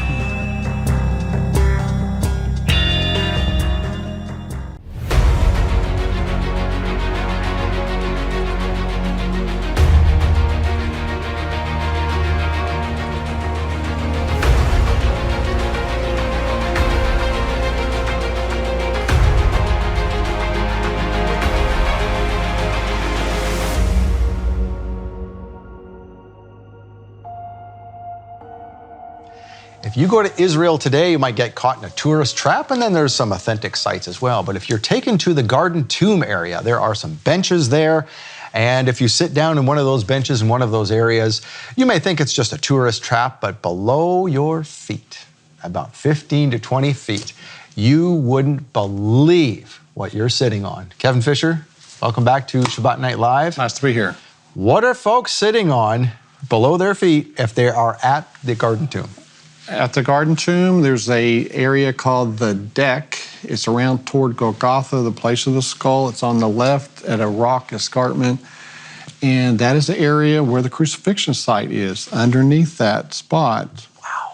Now, in 2006, there was a dig where they dug out the debris there to try to uncover where Ron was doing his excavations in earlier years. And this image here, you can see the cutouts where the signs were placed, Jesus of Nazareth, King of the Jews. In the bottom photo, we're looking down on the left part of that lower image. Now, just by the way, the cutouts, that is the surface. That's where, like, there's literally a bench backed up against that today. Yes. Yeah, there is like a floor, this upper photo, there's a floor over top of these I-beams, and you can walk on this deck there. And you can see these cutouts in the rock face. These were where the signs were placed: Jesus of Nazareth, King of the Jews, in Greek, Hebrew, and Latin. And we'll look at that a little bit more. But so this dig happened in around 2006 or so. And Randy Osborne was part of the dig. He helped Ron in the early years on his dig there. So he kind of knew what was going on. And Randy came to my house. He lives in Brazil. So I was able to grab some video of him. So casual video, I didn't know it would turn out to be so important. But in one of the video clips, he told me, you come out of the rock face, opening 1, we see in the diagram here. He said, you go to your left, and within 3 feet was the cross hole. Randy's going to talk about the cross hole here in the video clip. The dig from the 2006, it focused on an area down in area B that you see in the diagram. This was an incorrect area. Now, Ron took a scraping of a dark substance just above area B, and they assumed that the cross hole was there. No, Ron said that the dark substance may have come down to that area. So you've got to go uphill from there to try to get to the real cross hole site. Now, Randy's going to describe to us the cross hole. Here you can see the cutouts in the rock face: Jesus of Nazareth, King of the Jews. The signs would have been there. This is the opening of the escarpment from that dig. They used a bobcat and various large equipment to dig this out, wheelbarrows. And so using the cutouts as a reference, I drew an image here. You see the blue line is ground level today. If you pan down, there were a couple openings in the rock face there, but it's this lower opening 1, that Randy said you come out of this opening and you turn to the left, and the cross hole was there. Area A is where the real cross hole was, and area B is the 2006 dig focused on that. So this is then the surface, this is a street level. This is the bedrock. Of when Yeshua was crucified. Now here's Randy describing this. This is the same as this, but this is all gone now. But if you look at this, the curve there, that matches. If you looked at that other picture, that matches the other side of the cross hole, and that, I believe, is the cross hole. It doesn't look the right dimension, but it probably was the same as the cross hole. What did you break off? I broke off this chunk about like this, of this corner. This corner was up higher than the rest of the ground. We had filled all this in. It was just dirt when I was there. It had already been filled in. But this was still sitting up higher, like you see it there. And so I used to go through here and bringing buckets out of the area where we were digging, which was farther over and down. And every time I come in here with the buckets, I'd hit my rear end on this spire here. So one day I just decided I'm going to get that out of here, and I busted this all out. And this was all filled in with dirt. The dirt, we just filled that because we were bringing it up, and I just filled it in there and pounded it down, and it made it. You couldn't tell that this was anything when I was done with it. You couldn't think, it didn't look like this anymore. And it was gone. I had destroyed it, so I know it wasn't there. And I know exactly where it was at because I was hitting myself on it all the time I came through there. And I saw the depth inside where they put a bunch of dirt in there, but I could see the sides of it where it originally was. So I knew what this looked like. I'd seen it many times. So. And where is the escarpment, and how far out is this from the escarpment? The escarpment or the wall, the cliff wall, it was back here. About 18 inches where I broke that off is probably about like this, just like you see there. That's what I said. It's about 18 inches from this part. The cross itself was right there.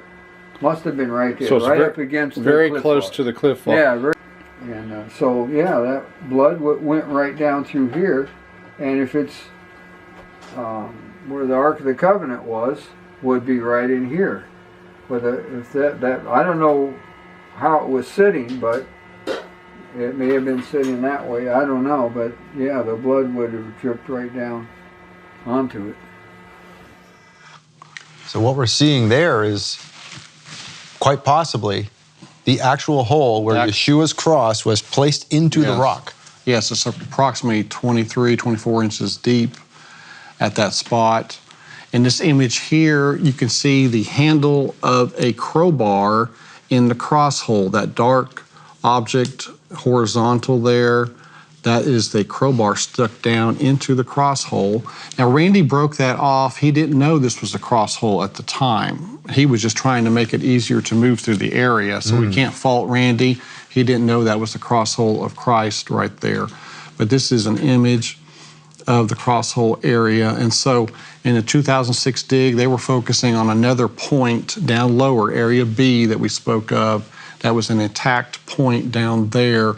That was not the area here where Randy says is the actual cross hole up against the cliff face, basically. So here is a still from a YouTube video.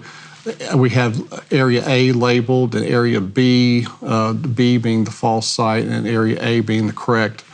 And he said that that area A was broken up in the 2006 dig, so there's not a cross hole there. Of course, he did some of the damage to it in 91 and 2006. They tore up the area.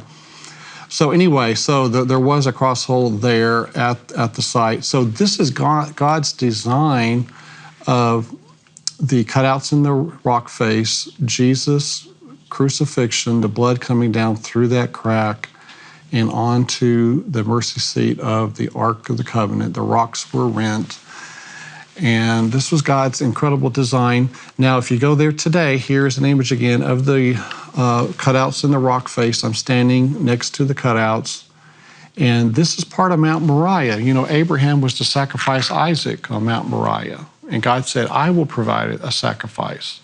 Well, it was a ram in a thicket that day, but then, 2,000 years later, God provided the sacrifice of his own son. Instead of Abraham having to do it, God had to do it on the same mountain, Mount Moriah.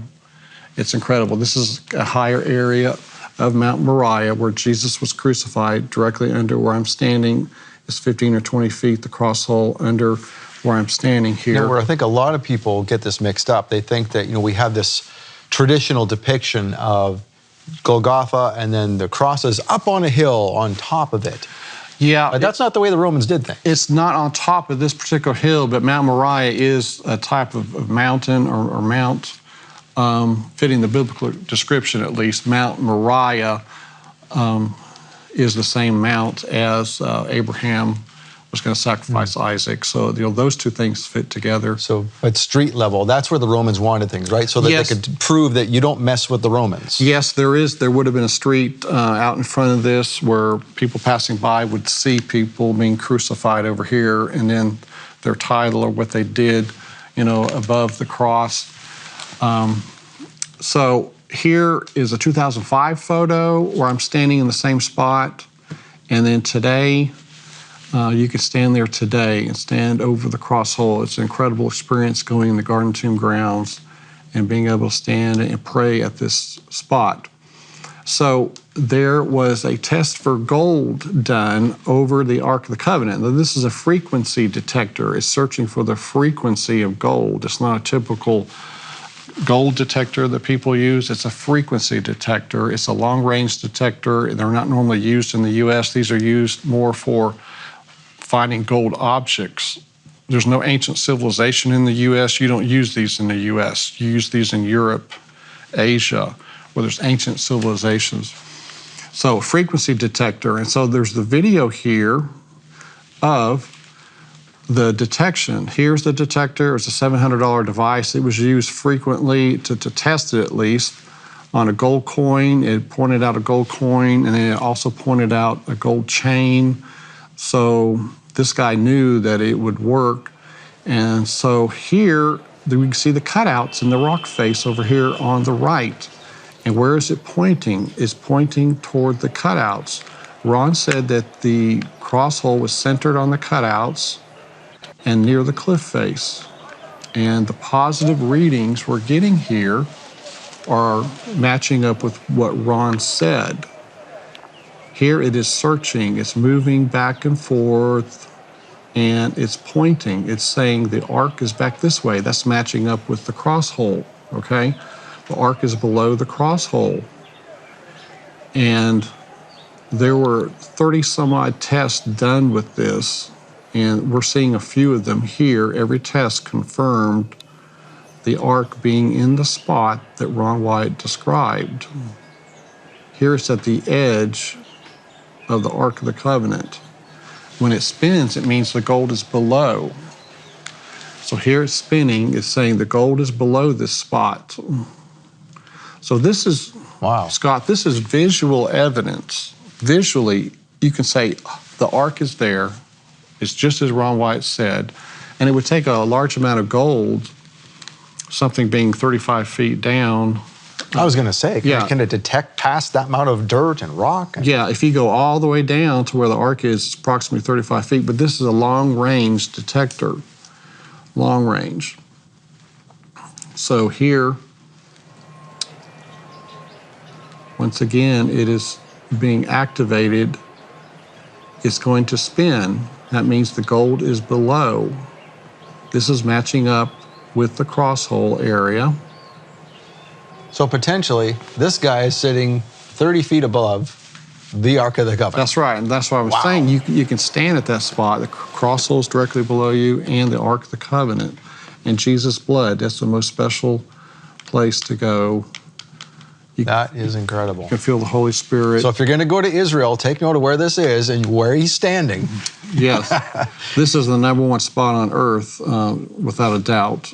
Now, it's not just the Ark of the Covenant either. When we're talking about those boards that were used for the Holy of Holies. Yes, there's other objects down there, but the Ark, of course, is the largest.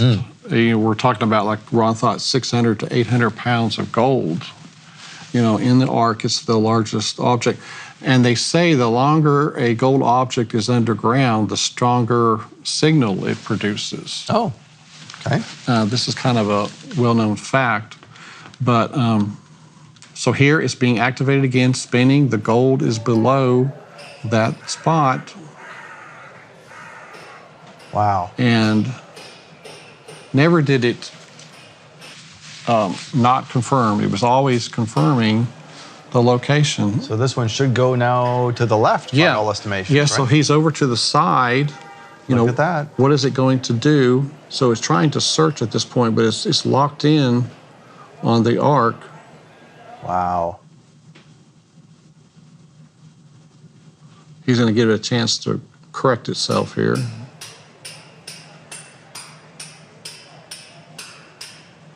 And you can tell he's holding it level. He's not manipulating it. Yes, right. He's not manipulating it. He's trying to keep it level. There's a bubble level on it to help you keep it level.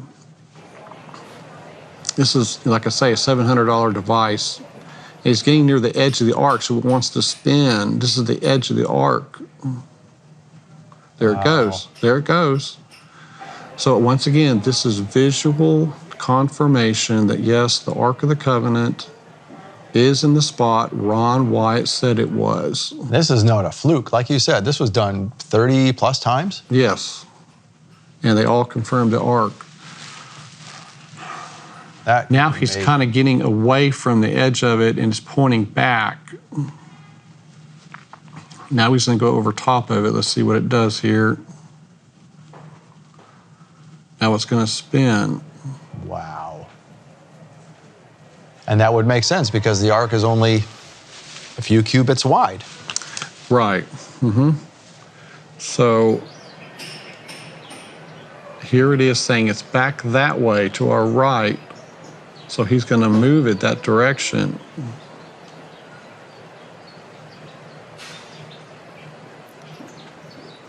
and it starts to spin because he's over the ark. So this is consistent. So take note, second bench from the wall, right in the aisle. There it is. Yeah. So in between the two escarpments, really. People say, I want evidence it's there. Well, this is evidence. This is visual evidence that, yes, the ark is in the spot Mr. Wyatt said it was. And now it's going to turn backward, I'm assuming, right? Yes, it will. There it is. It will. He's just past the edge of it. Look at that. So this is amazing. It's set for gold, and that's what it's searching for. And there's obviously something there. I mean, it wouldn't keep doing that. Right, right. Goodness. And when he purchased this in Istanbul, he went to the dealer with a gold coin in his pocket. He didn't tell them. But he said, turn it on and let's see what it will do. And it turned and pointed to him. That's confirmation to him. Oh, I guess I need to buy this. So it turned to pointed to him just because he had just a gold coin, in his pocket. Of course, the Ark of the Covenant is slightly bigger, hundreds of pounds of gold. So this thing is really working well. He's saying that it goes from here to here, and this is the center right there.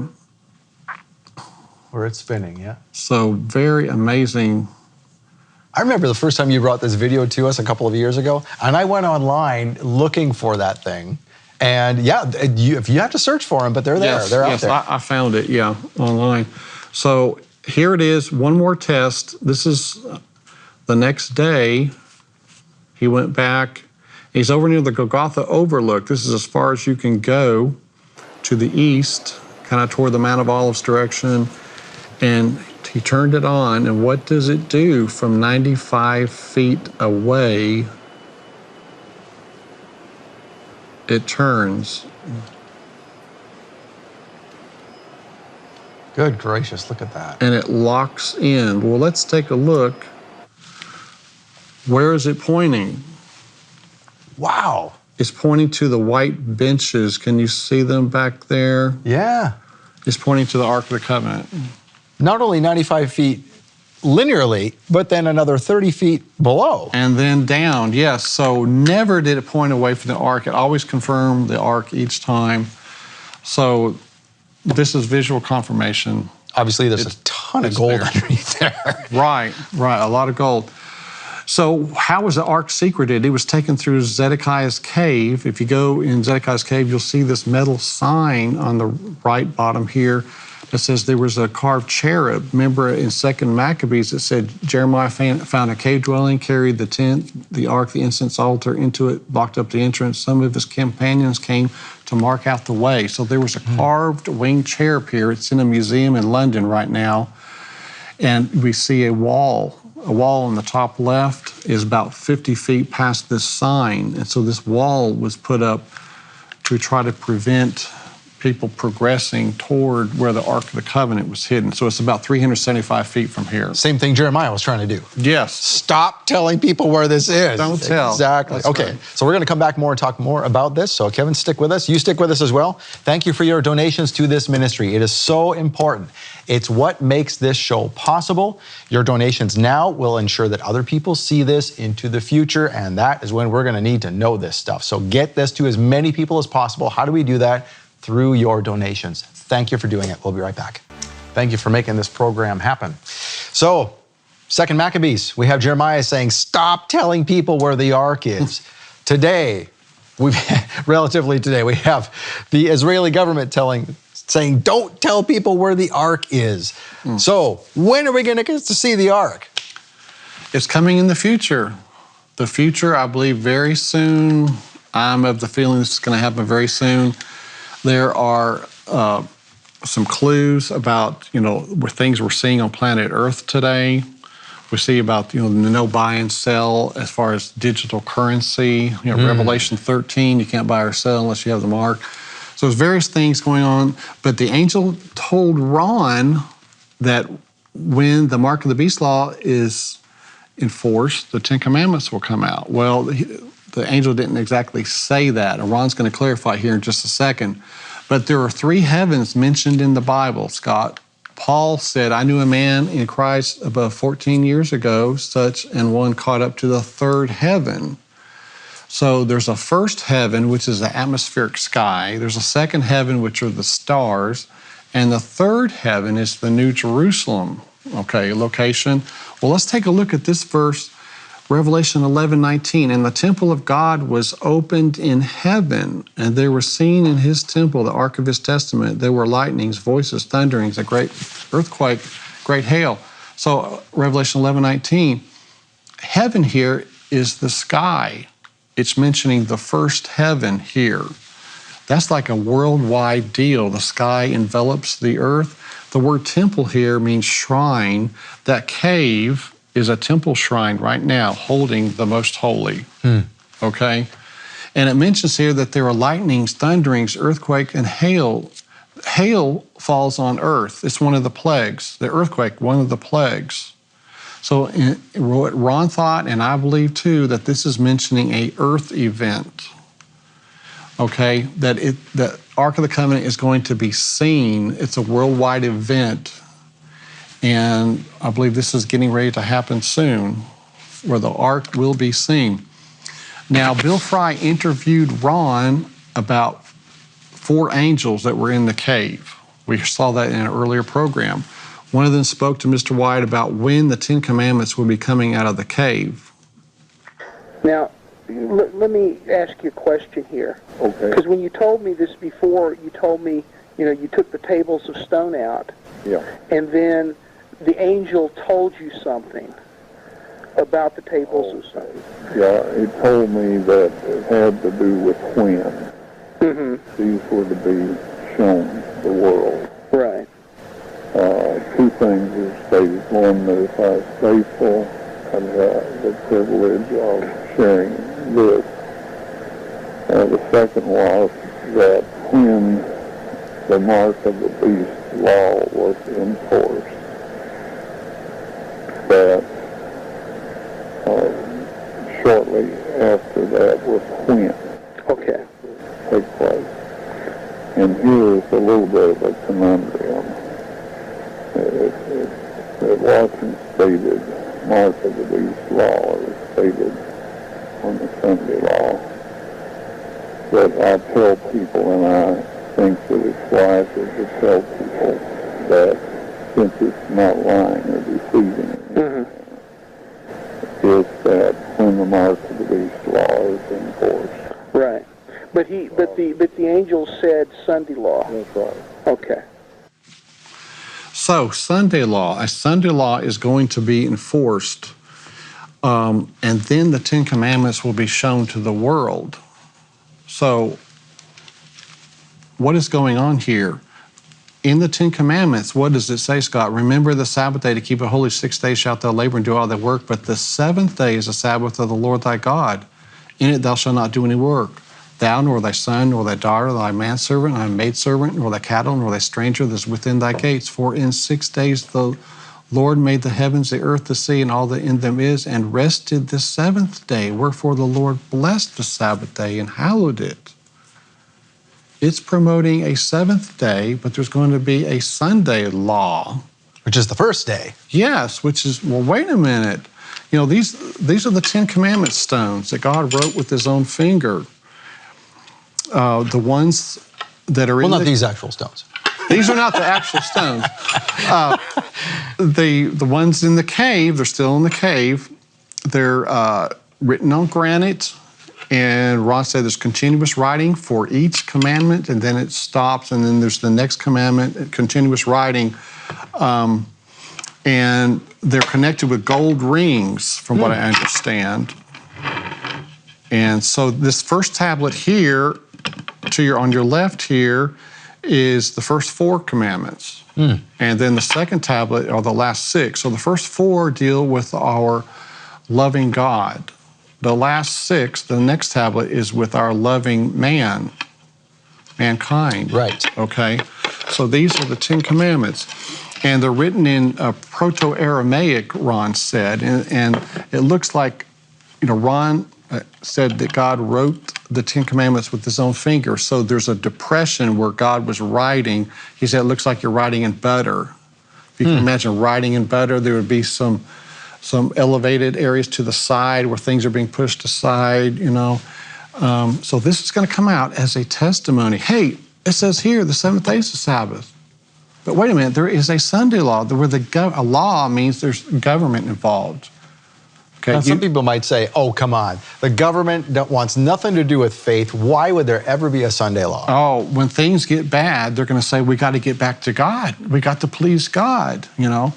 So when the Sunday law is enforced implies the law will not be enforced at first, but it will be later. The angel said, when the law is enforced, then the Ten Commandments come out. So at first it won't be enforced, but then later it will be. There'll be a penalty for not obeying this law. So at the point when there's civil penalties and enforcement of the law, the Ten Commandments will come out of the cave. So the Ten Commandments, they were not canceled. Scott, what does it say in Revelation 12:17? That the dragon or the devil was wroth or angry with the woman. This is God's church, a woman. Went to make war with the remnant of her seed. That's the last people, the remnant of her seed, which keep the commandments of God and have the testimony of Jesus. This is the last day people that are keeping the Ten Commandments. The Ten Commandments have not been done away with. Revelation 14:12, here's the patience of the saints. Here are they that keep the commandments of God and the faith of Jesus. The previous verse speaks of the mark of the beast and those being lost. But the saints in the next verse says they're keeping the commandments of God and the faith of Jesus. So the way to not get the mark is to keep the Ten Commandments and not be voided. They're still real. They're coming out of the cave, okay? So this civil law would be against the law of God, which is why God will send out the Ten Commandment stones to the world for the world to see, you know, stressing we need to follow the Ten Commandments, you know, and not man. So there'll be two dueling laws. This Sunday law, the governments will be pushing because they want to appease God. They think we have this turmoil in the world. There's disasters in the world. We need to appease God. Let's enforce this worship day. But it will be against God's Ten Commandment law. Two different laws, man-made law and God's law. So of course we have to follow this. Now, is this possible? Is this fantasy? You know, what? You know, could this be happening? But let's look down during the COVID lockdowns. Here we see in Puerto Rico, it was a lockdown every Sunday, a Sunday lockdown. And what do we see here in India? They had Sunday lockdown. It's interesting that they're picking Sunday, you know, this eventual day that's going to be a forced worship day upon mankind. What about during the Maui wildfires? They're saying, hey, climate change is so bad, we've got to do something. Here in the blue lettering, under a climate lockdown, it would limit private vehicle use. In other words, less pollution. So it sounds like there's coming climate lockdowns. Of course, what day are they going to pick? They're going to pick Sunday as a lockdown day. Well, we're learning that a World Health Organization staffer has written a report saying that a climate lockdown could be called for. Just like a COVID lockdown, a climate lockdown. Mark Morano is an author who has written a lot about climate change. He founded Climate Depot. He joins us tonight. Mark, thanks so much for coming on. A climate lockdown. Now, I would laugh this off the table, except we all just lived through the last 18 months, so we know that anything is possible. What does this mean exactly? Well, you know, in my book, Green Fraud, I detail 2 chapters on this, Tucker. This is the climate activists were, first of all, jealous when the COVID lockdowns happened. They were beside themselves saying, how is this happening? Everyone from Greta Thunberg to John Kerry, UN officials. And then they started saying, we need to follow this. If we can shut down for a virus, we can shut down for climate. And that's what we're seeing. There's even academics in Australia proposing adding climate change to death certificates. And Bill Gates has said the death toll will be greater. So they're following every step of the way.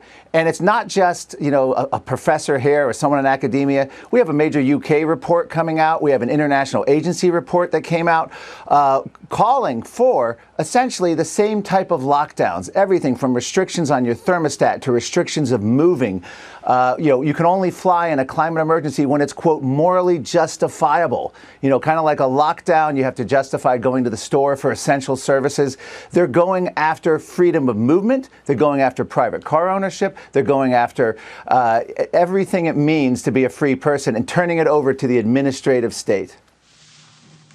So it could be that the first Sunday law may be a type of climate Sunday law. Let's shut everything down on Sunday. There'll be 14% less pollution. Okay, people won't be driving around in their cars, moving around, and this will help save the planet. And the Pope has pushed his Laudato Si encyclical from 2015, where he is pushing this climate change. We need to do something, save the planet. And he mentions Sunday in this Laudato Si. A Sunday lockdown would change at some point to a Sunday worship law, which is what the Pope is wanting in reality. Don Frost spoke to a Vatican monk about this Laudato Si. This is a quick video clip from Don about what the Vatican monk said. The day before the Pope arrived, a big delegation of Catholic priests came there. And two of the Catholic priests saw our sign, and they must have thought we were Catholics, and they walked over. And yeah, they were monks, and they had the robe. They were Franciscan monks. And we said, well, what are you guys doing here? And they said, well, we're with the Pope's advance guard or advance team or whatever. And they said, we're here to educate Congress and the Senate about this encyclical on climate change. And I said, oh, really? I said, I was reading that too. And he goes, yeah. And I said, I read into it that really it's all about the Pope wanting to put a Sunday law in place. And he goes, you're right. So the Pope is wanting a Sunday law, a forced day of worship.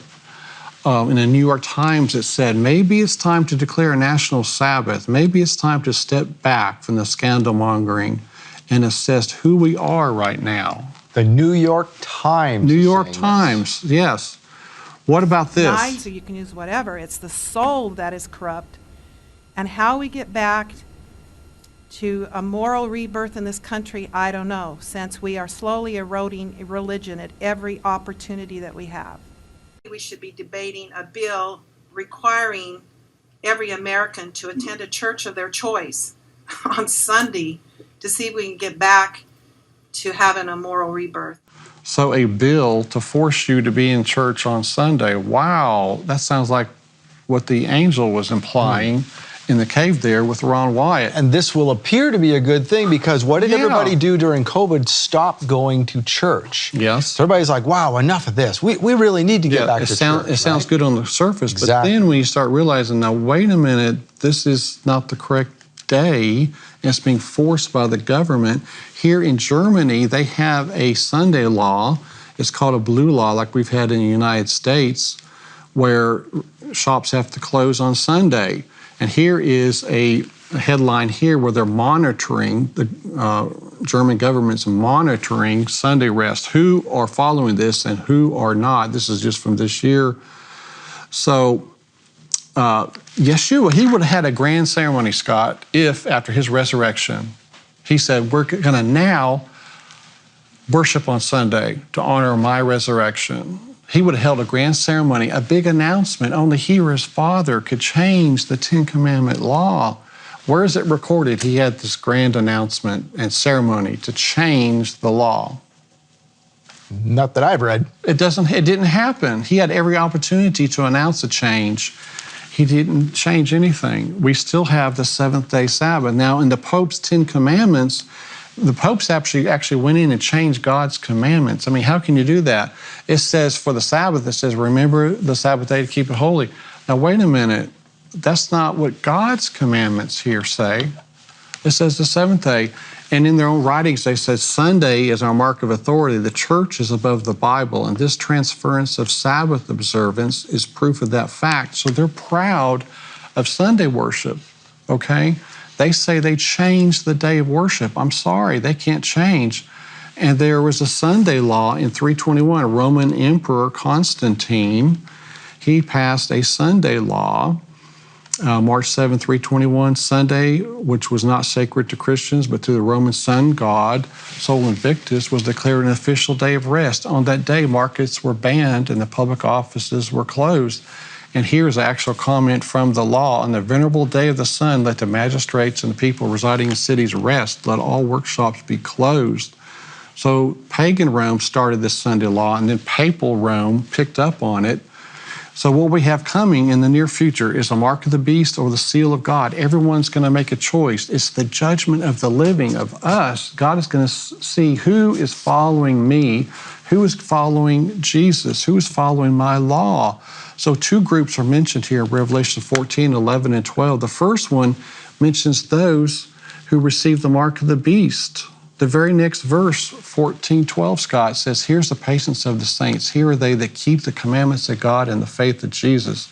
Our way to avoid the mark of the beast is by keeping the 10 Commandments. The saints here, in this scenario, they're keeping the 10 Commandments, and those who receive the mark of the beast are not. Now, I wonder how many people would recognize it. Yes, everybody's familiar with that term, mark of the beast, but there is also the mark of God.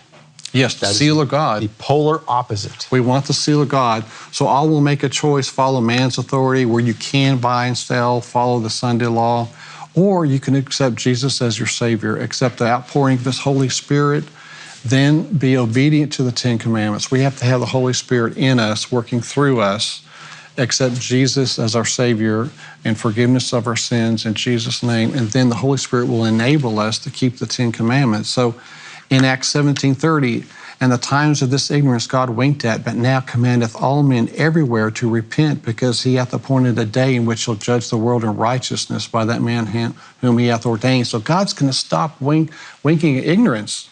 He's going to say, you're all fully informed.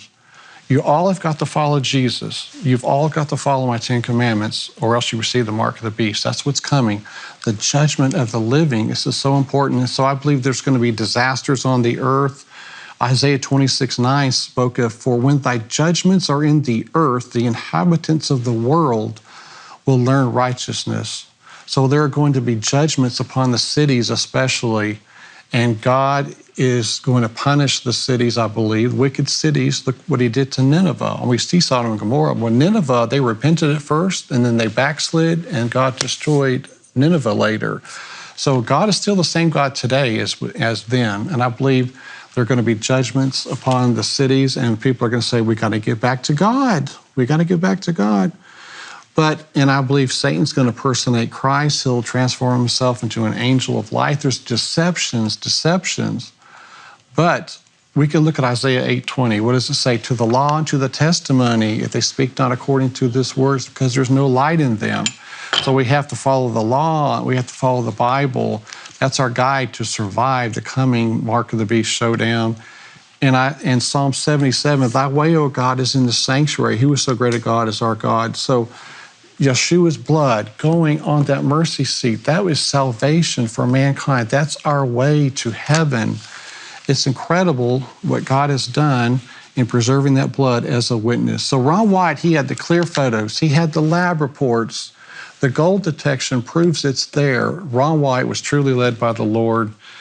The Ark of the Covenant has been found, and at the appropriate time, which I think is very soon, the tables of stone are coming out. And Dad, it tore him up not to be able to show the world that right then. I mean, because he come to me crying, and why in the world would God show me this and then not let me show it to everybody? You know, it tore him up, and I said, well, Dad, you know, there's only one answer to that. It's not God's time, you know. Yep. I said, but look at what you got to do, you know. Yeah, you got to do a lot. You got to show where it is, you know.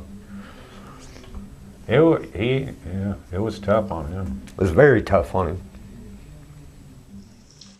So Ron did not get to show the clear photographs, did not get to show the lab report. It hurt him, you know, but he was doing what God wanted him to do. So we have to credit Ron. So out of the cave soon will come Yeshua's blood, the tables of stone. The video of Ron in that cave is there in the cave with the 10 Commandments. So we're going to see Ron Wyatt on video there taking the 10 Commandments out. And so this is getting ready to happen. But in closing, I want to give some special thanks to some friends of mine here. You see on the screen, I appreciate their help while putting this together. So, Scott, the end is almost here, and the world's going to see the Ark of the Covenant and the evidence it holds, the Yeshua's blood, the Ten Commandments. It has a testimony to give to the world, and this is just before us, I believe. And you know, we're told that there will be a strong delusion. And with the technology available today, with AI and whatever else is coming next, there could be very competing views of look at this, no, look at this, and you have to know in your heart which one is right. Satan's going to have all kinds of delusions, but we got to stick to the Bible and the Ten Commandments. That's our guide to survive the coming Mark of the Beast showdown. Absolutely.